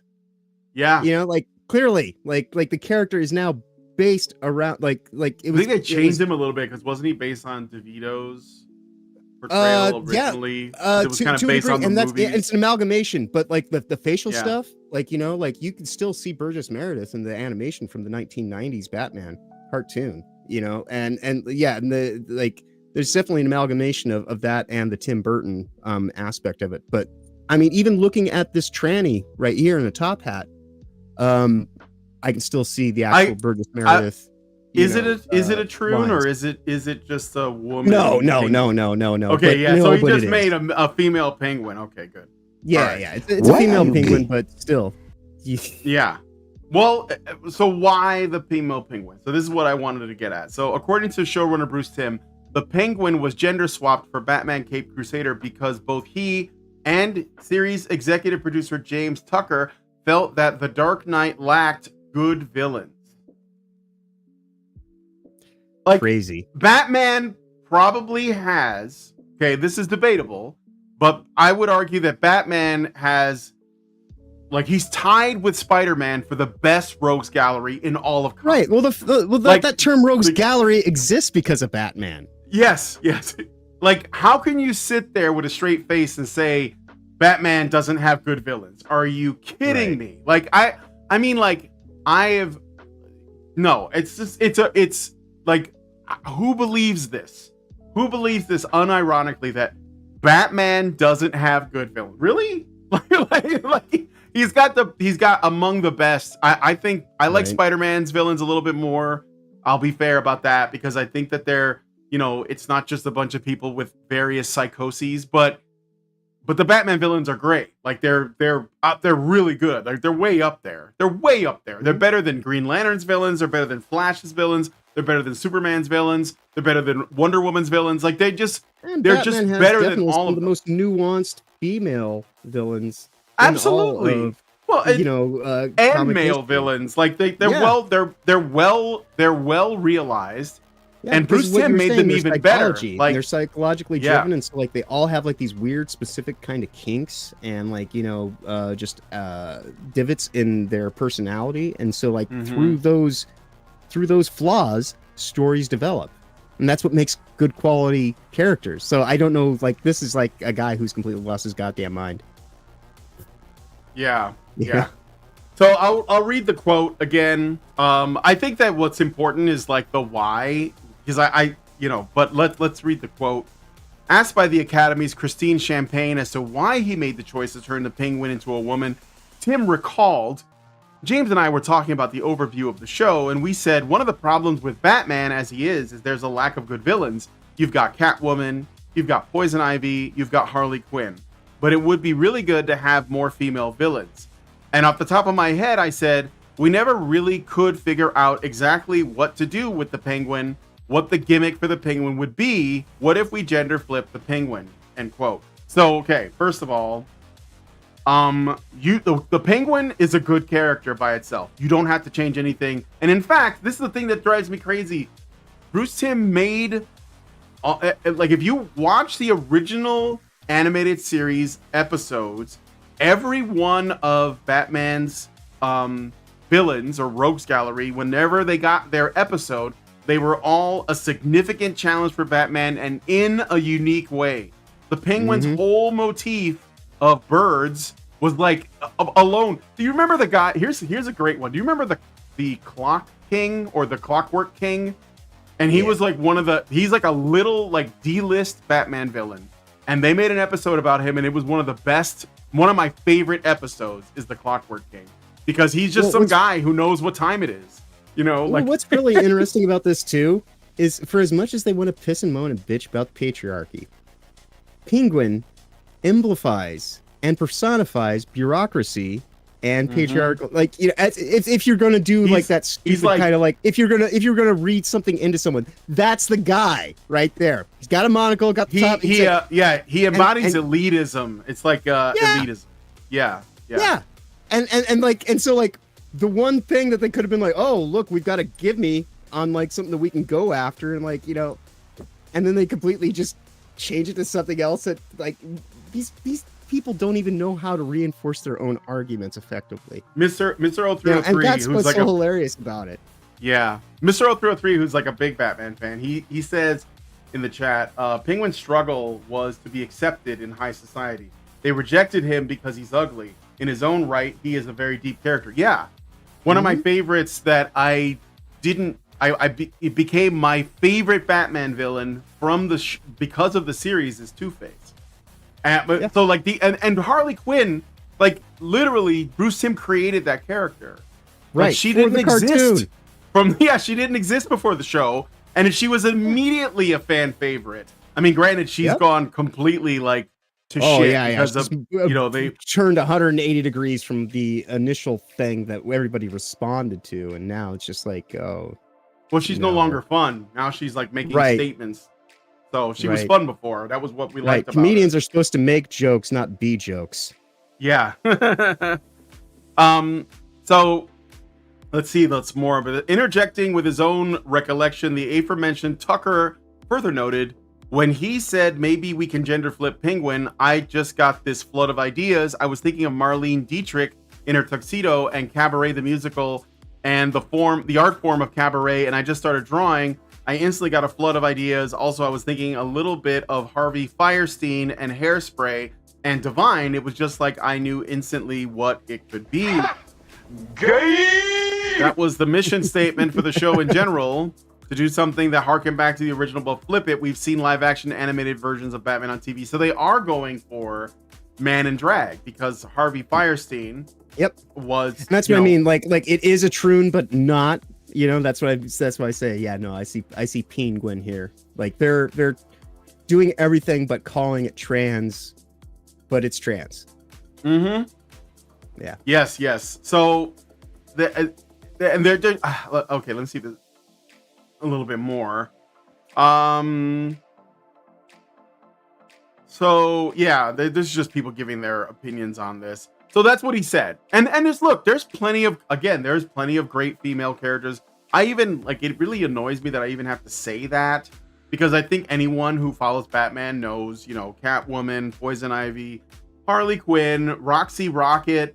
There's somebody mentioned, I think, a lesser known character called like Magpie or something. You can bring in characters from the DC world, like from other parts that are sort of operating at the same level. There's Talia al Ghul, and again, if you like this Cabaret Marlena Dietrich thing, why don't you just come up with a new character? Like, he gave us Harley Quinn. She's like iconic now. Why wouldn't you just come up with something new? Why not have somebody that's affiliated with the Penguin that you can go, like, they have this thing called like generating heat and heat transference in wrestling. You know, where, like, you know, they'll go and they'll put a heater with somebody who's like already kind of renowned, and and here's now the guy that you're gonna, like, you know, be heating up, because every time you show up, they're there too, and so by association. But they don't want to do the work. You know, they just want, like, all the, you know, glory and, like, all the praise without actually building a goddamn thing. Hence the reason why now, like, you know, Harley has been completely removed from being who she was as a character. Now they have that stand-in Punchline, who doesn't even have anything other than I just arrived and I just am now Harley. You know, so everything that used to be that, like, that's just me now. And it's like, well, then why do you exist? It's like, oh, because they ruined this other character. So now they've ruined two characters. Marin Ribarek mentions Red Claw. I don't know who that is, but that, and also the Phantasm. Like, wasn't that was a woman too? Yeah, right? Phantasm, like, literally is like one of the greatest villains in all character. Mask of the Phantasm, honestly, when you get down to it, is the definitive Batman story that ever went into theaters. It may not have made the money, But when you actually talk about like seeing Batman as Batman in a movie, presentation, Mask of the Phantasm. That's the movie. Well, ultimately, I believe that this isn't really about like adding more female representation. I think that's just a cover for essentially erasing like the male characters that already exist.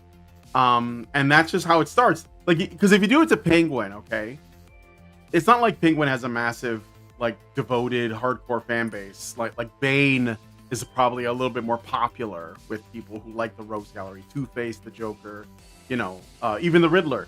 And so, like, if we do it to the Penguin to see how people react, and then if they overreact, then we'll take a break. We'll we'll take a few steps back. We'll wait a while, and then we'll try it again with somebody else. They already did it with Mr. Freeze in the Suicide Squad game, right? They made, I mean, there's all this canonical, arguments that people are trying. Oh, well, in the books there was this. Shut up. They're doing this on purpose. Like, this isn't.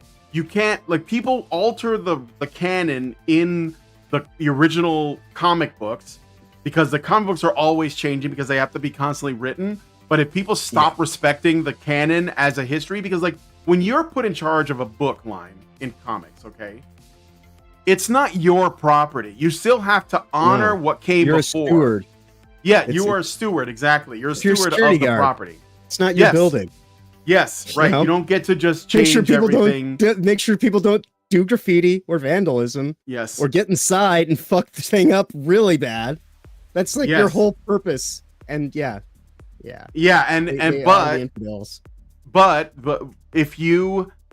but what people will do is they'll come in and they'll alter it a little bit. And if you don't say no, you don't like immediately say we're not accepting this, and then don't support them, whatever, then they will use that as pretense to change it more and more, and also in different places. So now that they've given us a female penguin in the show, they're going to try and put the female penguin in everything else and make it the new normal. And that's why you have to how Perry White became right away. Perry Black. Yes, exactly. And now Nick Jim Fury is. Yeah, or Nick Fury. They did like an alternate universe. They made Nick Fury black. They based him on Samuel L. Jackson, and then when they brought him in to the movies, they just said and then they made that black Nick Fury the normal Nick Fury in all the books. Right. So now everyone is like, oh, well, I guess he's black now. Like, he's always been black. Even Samuel L. Jackson himself was like, when they approached him for the role, he was like, I thought Nick Fury was a white guy. Like, he knew who he was. He knew he was supposed to be, and he knew it wasn't right. I mean, he did it anyway. But yeah, I mean, like, this is, and the reason why they alter the canon in these small ways is so they can alter canon in much bigger ways. I've said this many times. The purpose of changing canon in fiction is to alter canon in reality. And so, and they do. I mean, look, less than a month ago, okay, art mimics reality, reality mimics art. It's symbiotic. Less than a month ago, someone tried to assassinate a candidate for the presidency, and now the news isn't talking about it at all.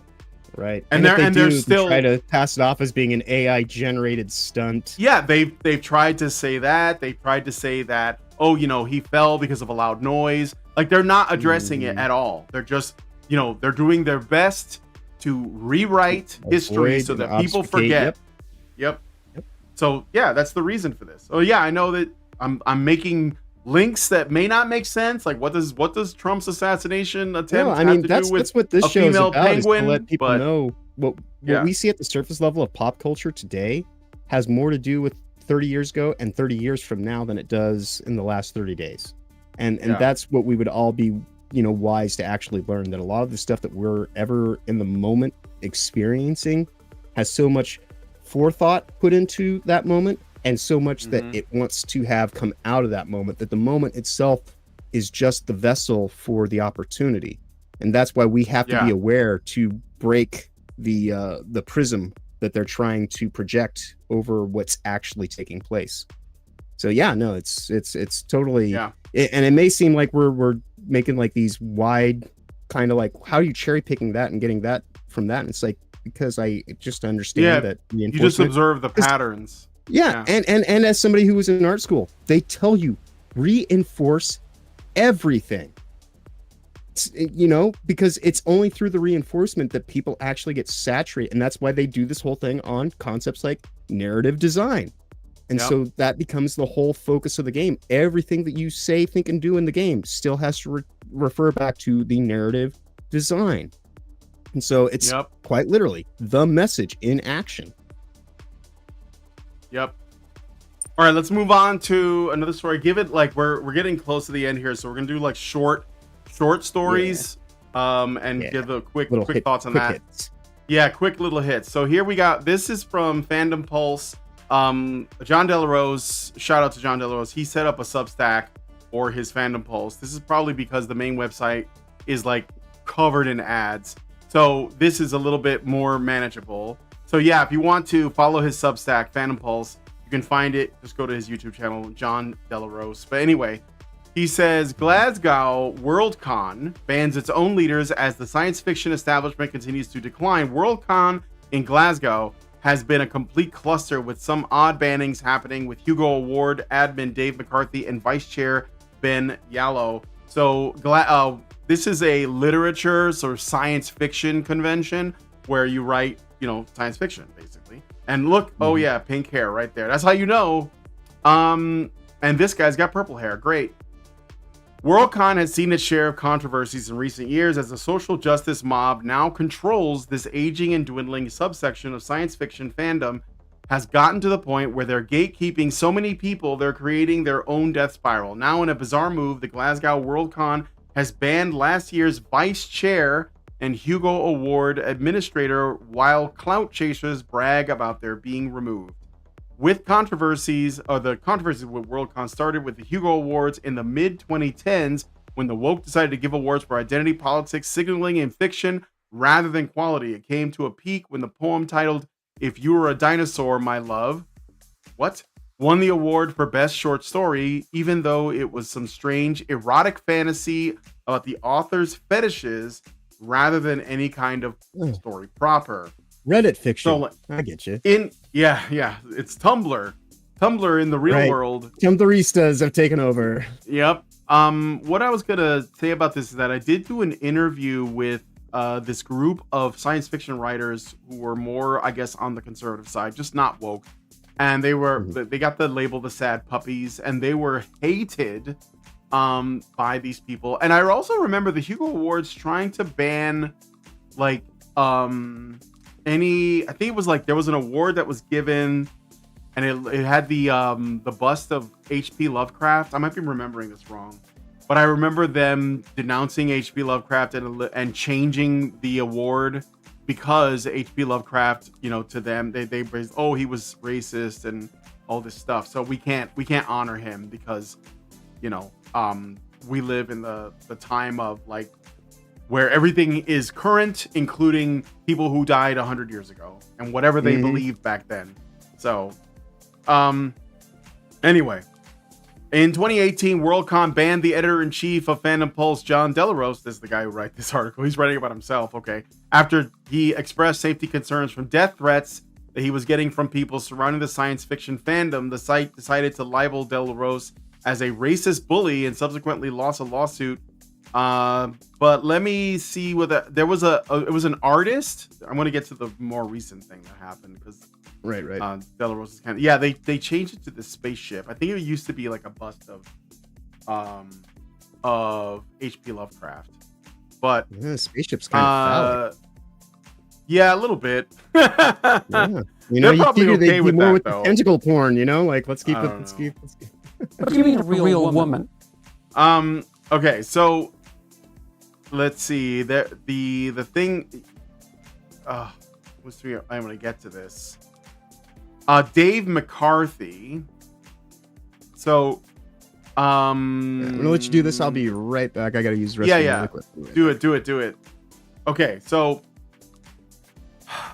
Dave McCarthy was okay. Here we go. I think I found it.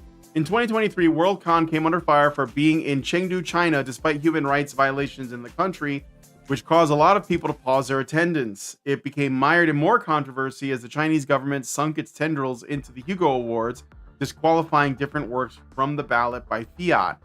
Now, Worldcon has banned Ben Yallo, the former Worldcon co-chair, and Dave McCarthy, the Hugo Awards administrator, with no explanation. The hate website File770 reached out to Ben Yallo for clarification and received this answer from him.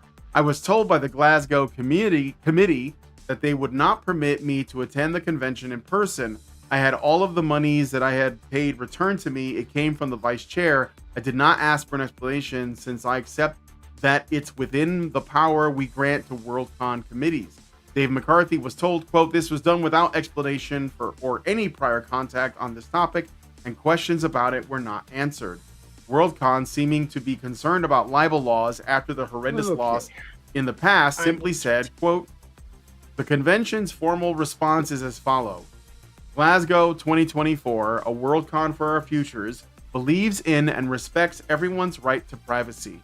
Various sections of applicable Scottish and international law, including the UK's General Data Protection Regulation, legally limit what we may disclose.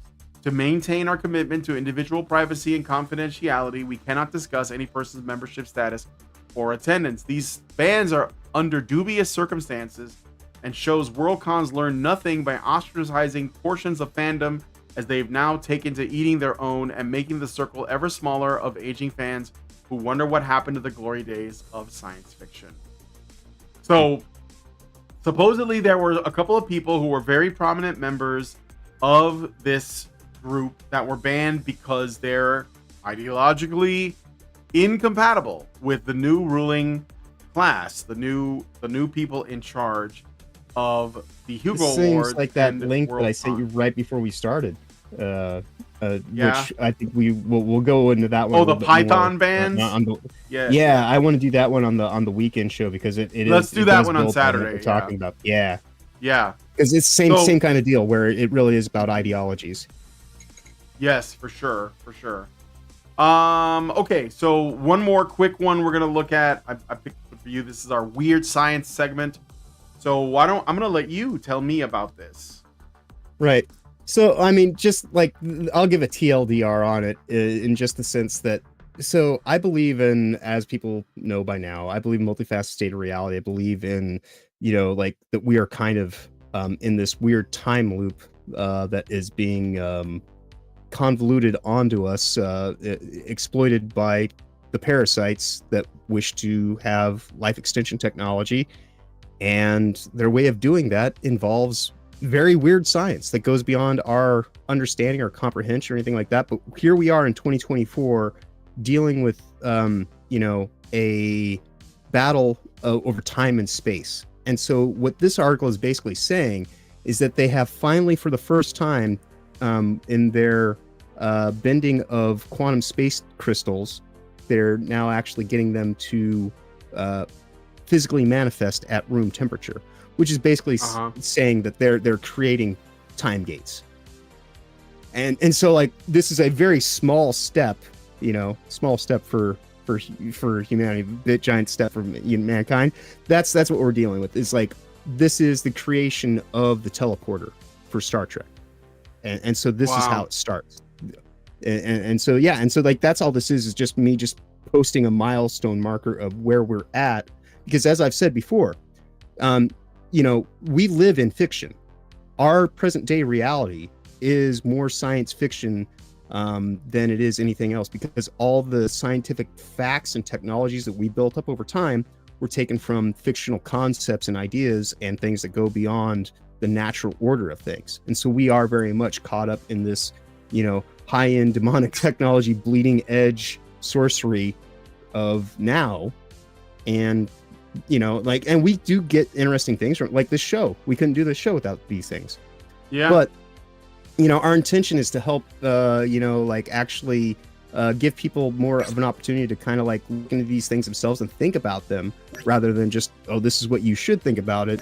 And that's why I kind of bring this into the discussion, just so people kind of like think about where we're at, where we're going, and how we're getting there, and what does that look like, in these moment to moment kind of steps to the ultimate destination. And that's really like just the implication that you get from this article is more even than what the article is really even getting into. It's just kind of like, we can do this now. theoretically speaking, 10 years ago, this was, just that.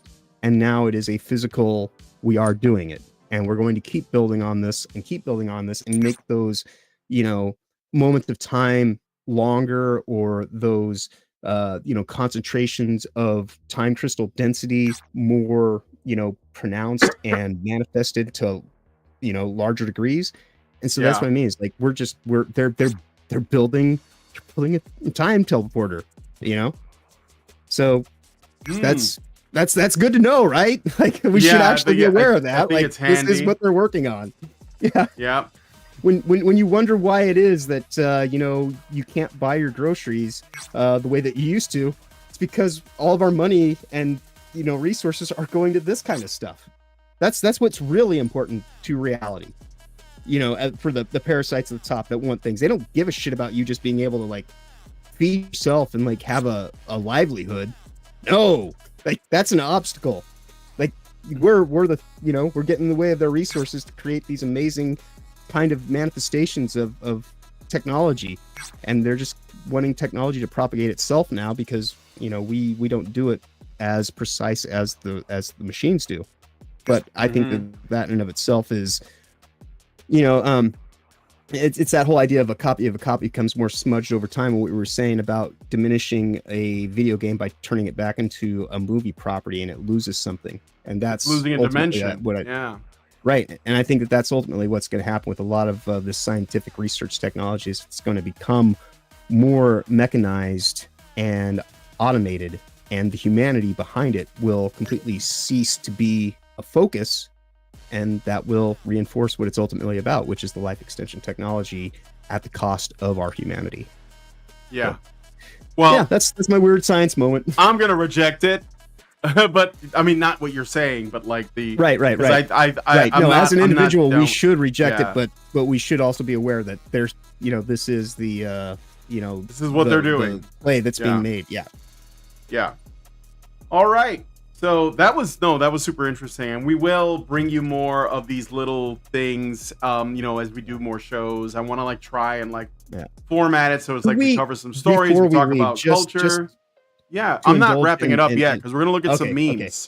We're gonna look at memes. I was gonna say the memes and definitely I know because we do need we have to watch those Meet the Cast videos. They are so okay. Yeah. We will. Send me drop a link to them in the Discord while I bring up the memes. So we're gonna look at some memes. These memes were provided to us by the people who are in our Discord server, and if you want to join us in the Discord server, go into the link. There's a link in the description to the Honey Badger Arcade Discord, and the memes are quite dank.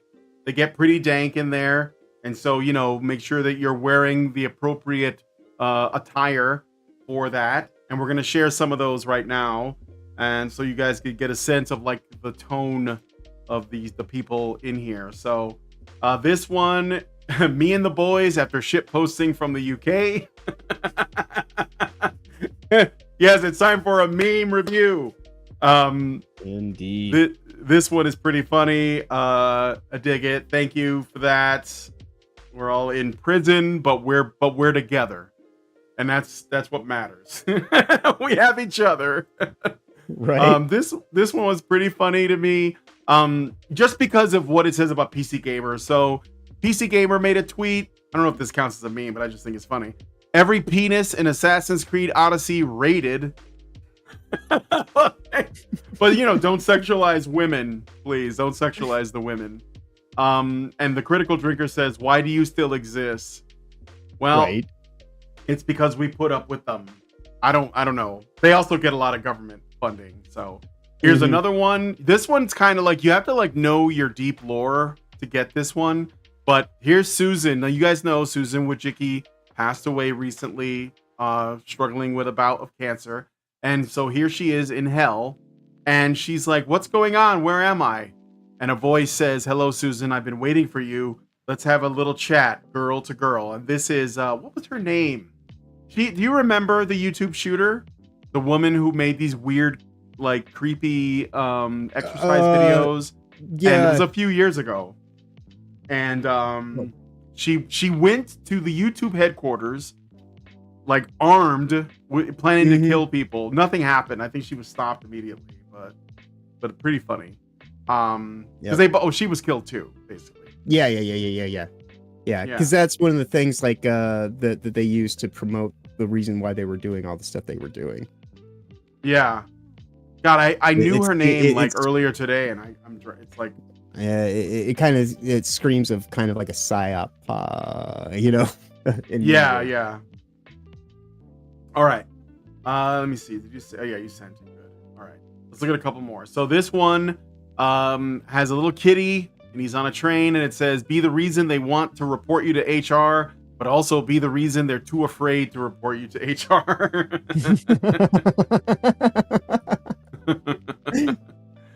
Yes. Just stay away from HR. I love this one. This one is pretty funny. Why am I choosing a fucking character class? And it's got pictures of there's a picture of deodorants for men, Captain, Nomad, Ambassador. Because you're an NPC and you don't actually have any personality or character for yourself, so you have men are defined by what they do. That's what it is. All aboard the crazy cat train. Here's another one. Metrosexuals be like. I don't know. I have a funny sense of humor, I guess. Love this one too. How Tolkien slept in 1937 after writing a bestseller with no female characters. Indeed. Oh, that's a good one. Okay, this one, I just think it's poignant. Dominic Izzo tweeted, "You don't get to tell me how oppressed your ancestors were if you don't even know who your father is. It's time to stop this divisive bullshit." And it's true. Like, I was actually, we talked about it a little bit last week where I was talking about how, was it LeVar Burton, who you might know as, from Star Trek, The Next Generation, or Reading Rainbow, and he was... Or Roots. Or Roots, yeah, there was that.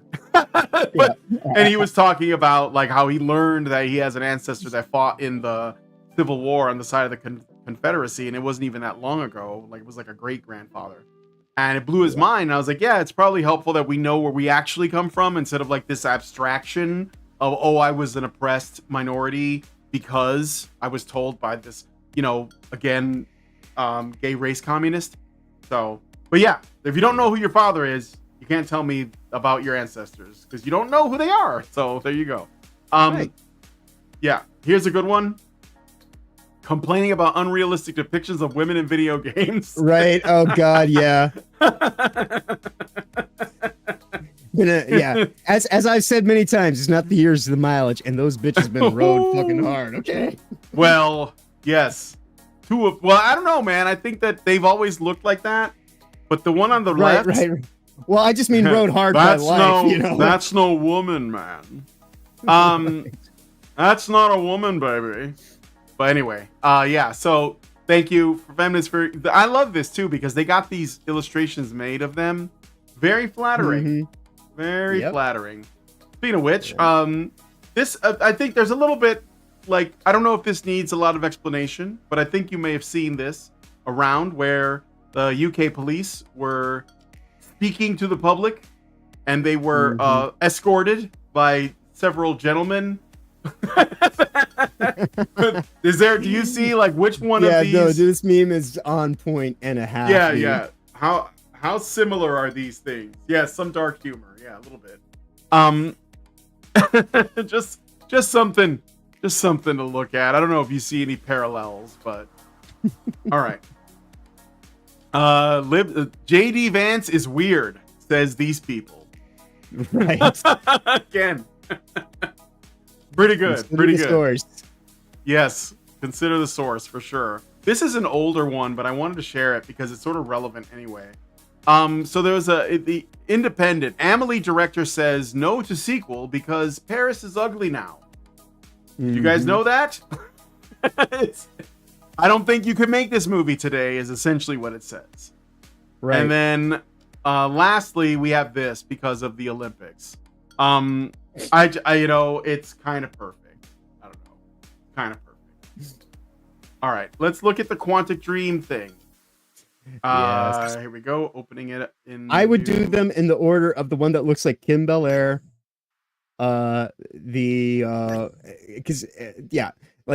Actually, the most non-offensive one is the beta bitch made guy. If you want to start with him, like that will, and that'll ease it in. But like the three women characters, you can do either the blonde or the cast ones last. We'll let the audience decide. So I'm sharing the screen. Am I sharing the screen with you right now? Do you see it? No, I should probably share. Let me take a look. Yeah, I don't think it's sharing right now. Just give me a second. I don't want too many tabs open. Right. Always have to balance the resources. Yeah. So let me see. I may have to like share it again. No, yeah, let's screen share. And we're looking at Quantic Dream. So there we go. All right. So you should be able to see it. See it? Yeah. Okay.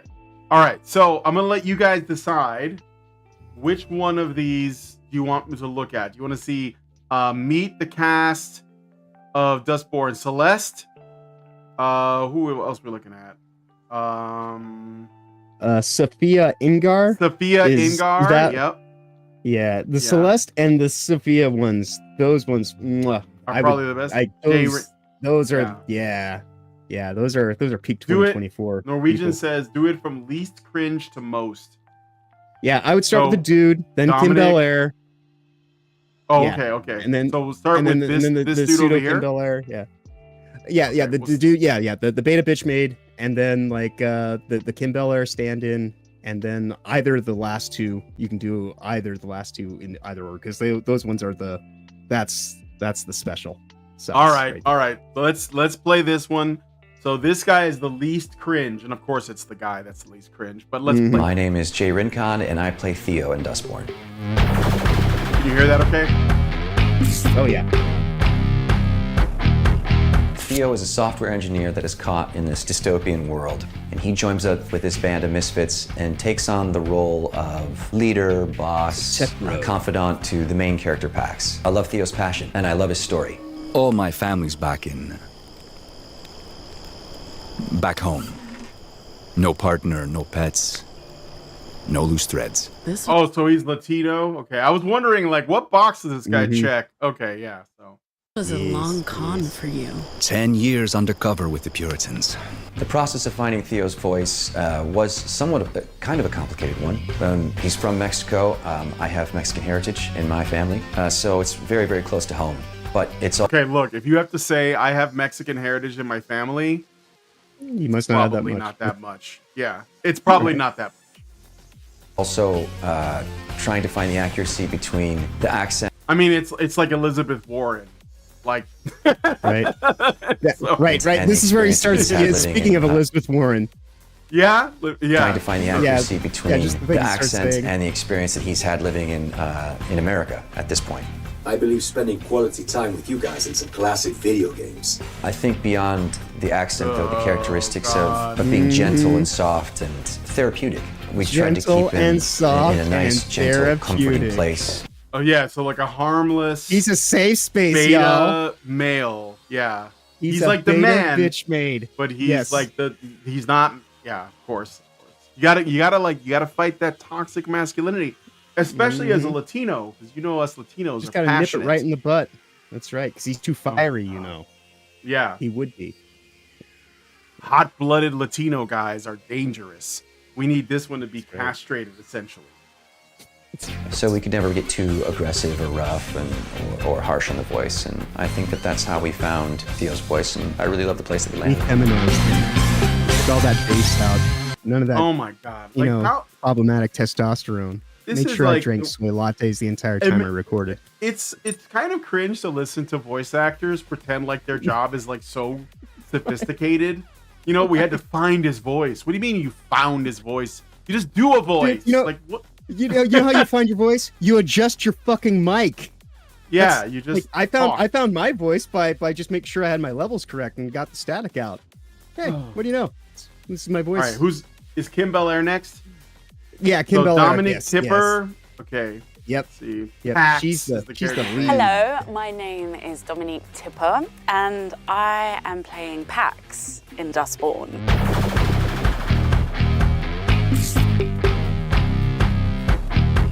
Pax is essentially the very reluctant natural leader of the bunch. Her best friend, her ex-lover, a guy she doesn't know. They have a theme of being outcasts, and so they leave that society to find a better life for themselves. She is a very... So wait. I just realized something.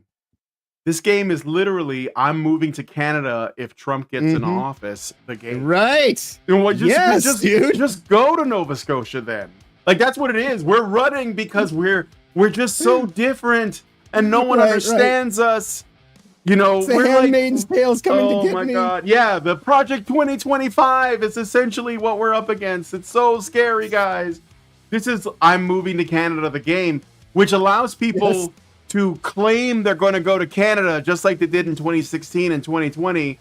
And then they just play the game instead and they never go because they never go. Right. I'm there in spirit.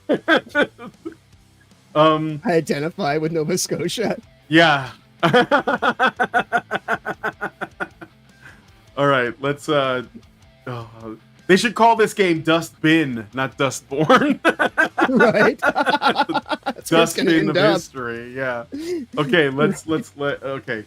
So let me guess this character, okay? She's seen a lot, she's experienced, she's tough. She doesn't really have any flaws. She's just like kind of like a badass. She's assertive. She has to be like the strong member of the group. Somebody said in the chat, I thought the other guy was the leader. Yeah, he just thinks he's the leader. She's actually the leader. He thinks he's the leader. He thinks he's running things, but he is not a girl boss. All right, let's listen. Bold, worldly, takes no shit type of woman. No shit. And you have never seen this before. You literally I've never seen this. Somebody like this in my life. Wow. I know. Like I said, and that's why I was like, as soon as you sent me the link to this, and I saw these videos, like we have to make this the show. This has to be the show. Yeah. Jesus so good. Christ. Okay. Right? Yeah. For being married to an old dead dude. But I think the people that love her kind of equally love that about her and kind of detest it as well in certain moments. I actually think she's really hot as well, just like from how she appears. Yeah, because it's based on you. Gee, You're the a narcissist. self-insert thinks that she's wow. I think I'm hot. I can't stop looking at myself on the screen. These people are narcissists, guys. This is like what you keep seeing over and over and over again. Holy crap. In the game and her energy, it's very like forthright. But she also has a very loyal and kind of sensitive Of course. side. It's always that way. Oh, she's mean and large tough, Marge but also she's very like soft and kind on the inside. Like it's the same shit. Like you're not reinventing the wheel. You're just giving us the same bland Mary Sue character. Like I said, this is literally the exact same character as Forspoken. And it's going to do as well sales-wise.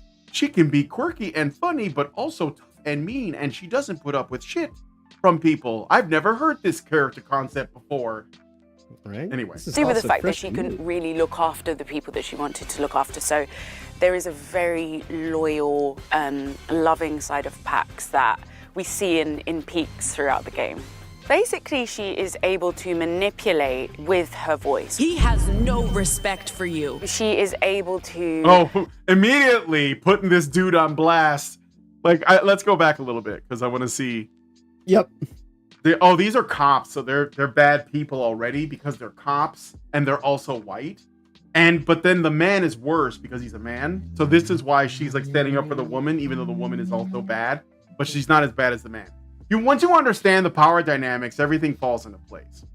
He has no respect for you. She is able to get people to do things, kind of fight with her voice. If I had Pax's superpower, it's so easy to be like, if I had that superpower, but like, how do you decide when being to a use whinging it? minge? Who to use it on? And I think she's constantly in a moral dilemma with that, and with the people that she loves around her, when she uses it on them or when she doesn't, and if she does, what are the consequences of that?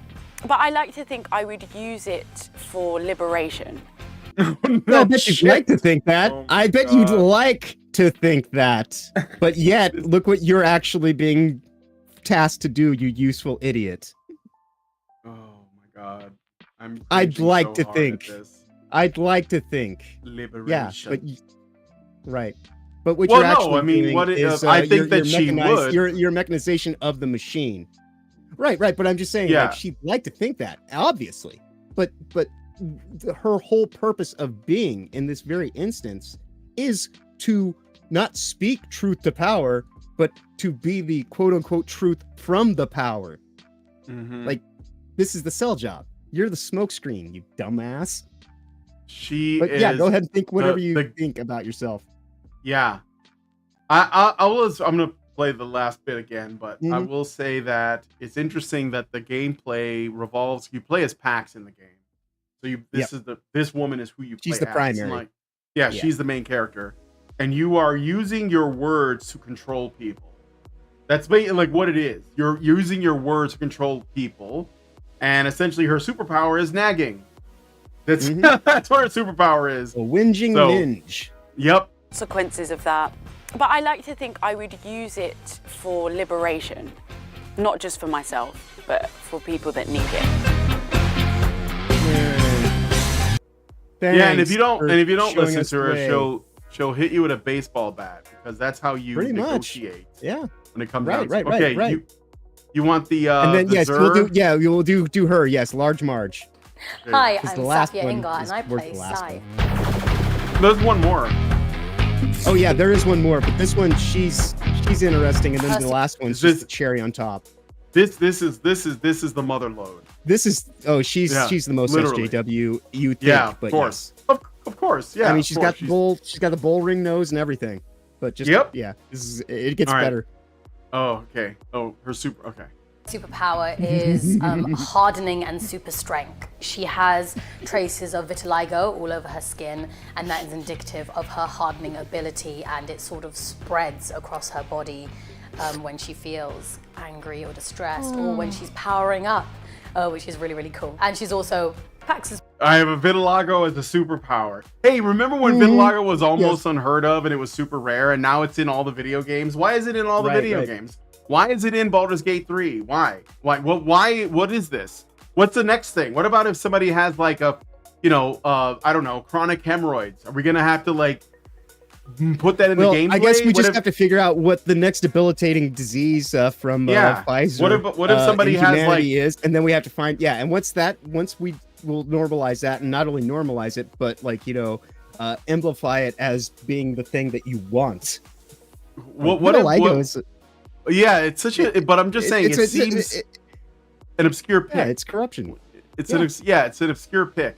Like, what if people? Why don't we have more characters that have like, I don't know, pubic hair that never stops growing? Like, why don't we see that? I want to have armpit hair that just like drags behind you as you move around. What about back hair? What about that? What about I don't know, like more quadriplegic characters? Like, what? This is like the weirdest thing to like focus on. Right. It's crazy. All right, but anyway, let's play this because I just started it. His best friend and a percussionist of the band, synth percussionist. We're still working on it. We'll figure out titles soon. She goes way back with Pax. Everyone else is sort of fresh and new, and I think part of the story is her figuring out and negotiating her relationship with all these new people, even though she won't admit it. My guess, she's gay for Pax. I love her, but just constantly has to sit in the background while she went off her Pax thing with her. Yeah, there's a member of the group that's an ex though of Pax, and I think it's that was a dude. That was a dude, and that's where, and I bet that's gonna be one of the things. It's like Of course. Yeah. She's gotta help her get over her straightness. her straightness. Yeah. Oh, I see where the echo is at. Sorry about that, guys. I fixed it. Why are you gay? All right, let's finish. Her anger and her passion and her excitement and her just unapologeticness. Like, she just does whatever she wants, with a certain level of anxiety added to it, like me, but she powers through. This country is insane. I usually have a salad for lunch. How is it possible that you can be like the biggest character in the group with super strength, which must come with some degree of hardness, and yet you're super insecure and always nervous? I know that people think that's quirky, but it doesn't make sense unless, of course, you're trying to take somebody who clearly has the most strength and the most agency and take that away and make them a victim of their circumstances. All right, anyway. Lunch. You know what? We'll just get you a salad. Much appreciated. Except this salad will be loaded vegan. with bacon bits and croutons and ranch dressing. What was that? Nothing. What drew me to Dustborn, so I did the demo like a few I'm assuming years the ago, paycheck. and I remember reading the script and being like, well, that's just me. you. Did the script. Oh, she's no. See, just like the other actors in this production, she saw the character and said, "That is me." Therefore, that is me. Exactly. Yeah, I am looking into a mirror. That's why I was must like, we see have to myself include reflected. these. Yeah, these are bad. Thank you for sharing. Yep. Had so much fun working with the team and was like, hey, do this again with us. And knowing that it was sort of done with me in mind, sigh. Oh, there's nothing more rewarding as an actor knowing that you brought something to a character that other people I told you, the cringe builds. Like, validated and appreciated. Every time I come in for a session, I could be completely, can we swear? Completely on my arse. And I just think any project that allows me to feel that way is worth its weight in gold, and I'm honored to be part of it, even a small part, but it's quite a big part, so I'm excited. Whatever his motivations, Theo's... It's definitely a big part. Yes. Pun intended. Definitely. Yes. All right. the real deal. So's this job, Sai. Oh, that's not me. Oh, they're talking to me. That's fun. I want the people who love Sai and appreciate Sai. You don't even have to love her, just like understand her journey to be like, oh, okay, you know what? Like, what would you really do differently? It's like, actually, that's the point of storytelling, because you show people in these crazy circumstances where push is really coming to shove. And yeah, people are gonna make decisions that you don't agree with, and it's gonna be tough, but understanding it makes us one step closer to humanity and us really learning about other people, as opposed to just being like, oh, well, I wouldn't do that, so I hate that person. Maybe one last word in Sai's voice. Oh yeah, oh my God. Okay, enjoy the ride with us, guys, and play Dustborn. Okay, here we go. F, can you guys hear me okay? The cringe overwhelmed my my internet connection for yeah. I'm still live, right? You guys can still see me. Yeah, okay. Yeah. All right, let's do the last one. Before we do the last one, what's your guess? What's your guess? Why did I save this one till the end? Yeah. Oh, the one with the white hair? Oh, because it's Troon. That's my guess. I mean, either that or a non-binary or a lesbian or something. But basically, it just looks. Yeah, let's find out. Right. Is it as obvious as it? I'm Celeste Visi. Well, I can already see this. The actress looks like they're non-binary. Right. I knew it. See, it says right here. Yes, I'm a non-binary trans actor. Non-binary trans. Here we go. We just got to hear about it. Yes. Yep. I'm Celeste Visi. I am a non-binary trans actor, and I'm playing the character of Gnome, who's also they/them non-binary. Oh. This is why I called today the Band of Others. Yes, the Band of Others. Exactly why I called the Band of Others. Gnome, like Noam Chomsky. Okay, I mean, I know that's what you were going for, and I know that you think, oh, Gnome sounds really non-binary. That's why when these people like pick their own names, holy crap, it's worse than when people are playing D&D. Okay, but anyway. Yeah. Let's hear about the non-binary trans actor playing the non-binary trans character who they totally wish they were. Such a stretch. Yeah. Acting. It's been a really, really enjoyable character to play because I've got to kind of find the most exaggerated parts of myself in them. We're the Dustborn. They're who I kind of want to be and also don't want to remind myself that I am sometimes. Gnome is very much like the theatrical side of everyone. It's not arrogance, in Gnome's opinion, but to everyone else it's arrogant. There is such a level of spoilt brat about them, but even spoilt brats have emotions and even they can feel that. So so this character is written like a Joss Whedon character. sarcastic, cracking jokes, thinks they're the smartest person in the room all the time. Okay.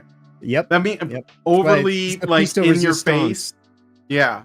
Yeah. Gnome's superpower can be viewed negatively and can be seen as gaslighting. They're doing it out of a place of love. They're doing it out of a place of wanting to care, maybe more for themselves than anyone else. So she has the superpower of gaslighting. She's giving the game away.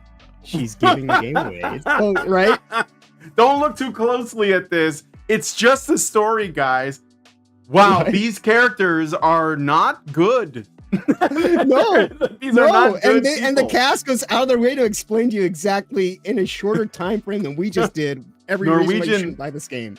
Norwegian says, and I love this on Rumble, my new name is Lilith Starborn, Blarg / Zerself. Yes, that's it. That's what I'm saying. When these people come up, like when they change identities, their names, they're up there. It's like, you know, Moon Raven. This is like, right. God, it just kills me. Marian says, last time I checked, Gnome is a guy's name. Well, Noam Chomsky, I don't think he's a man, but okay.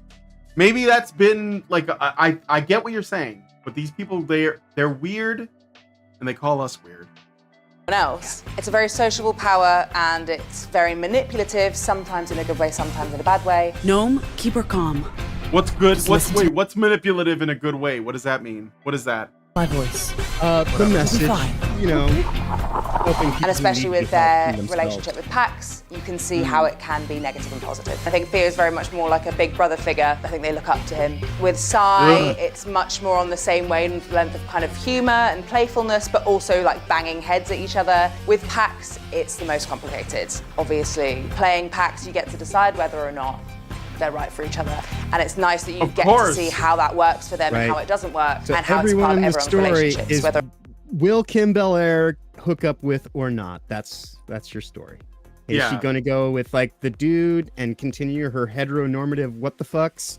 Is she going to like, you know, find solace in her friend who's been there consoling her the entire time because that's who really loves her? Or is she going to like, you know, get caught up in like her like trans fascination, whatever fucking insanity? Like that's they're totally doing that. Yeah. And you know that this thing, like there's like she has like a cybernetic arm. That's just a distraction. Oh, shiny. Ooh, science fiction elements. That's not. Well, the ultimately, payload. trans is about transhumanism too. Is what I ultimately believe, and so they always have to put a little element of that in there. Is, you know, that's true. It's about getting rid of the humanity. I talked about that on the show I did yesterday. No, it is it is essentially the ultimate logical outcome of transgenderism is transhumanism. It is, because it's basically saying the body I'm born in is a prison. I shouldn't like, and my soul should be I'm just else. Consciousness, and I shouldn't have to be restrained by these limitations. This meat bag that I sit inside of is not me, right? So it's true. But I also think that in this game, the science fiction elements, like the robot, that's all just it's just window dressing, because that's not really what the game is. Right. It's this. Right. It's obviously these woke narratives. It's the parlor tricks to keep you in the theater. Yeah. But ultimately, the magic is what plays out in our lives. Yeah. Yeah.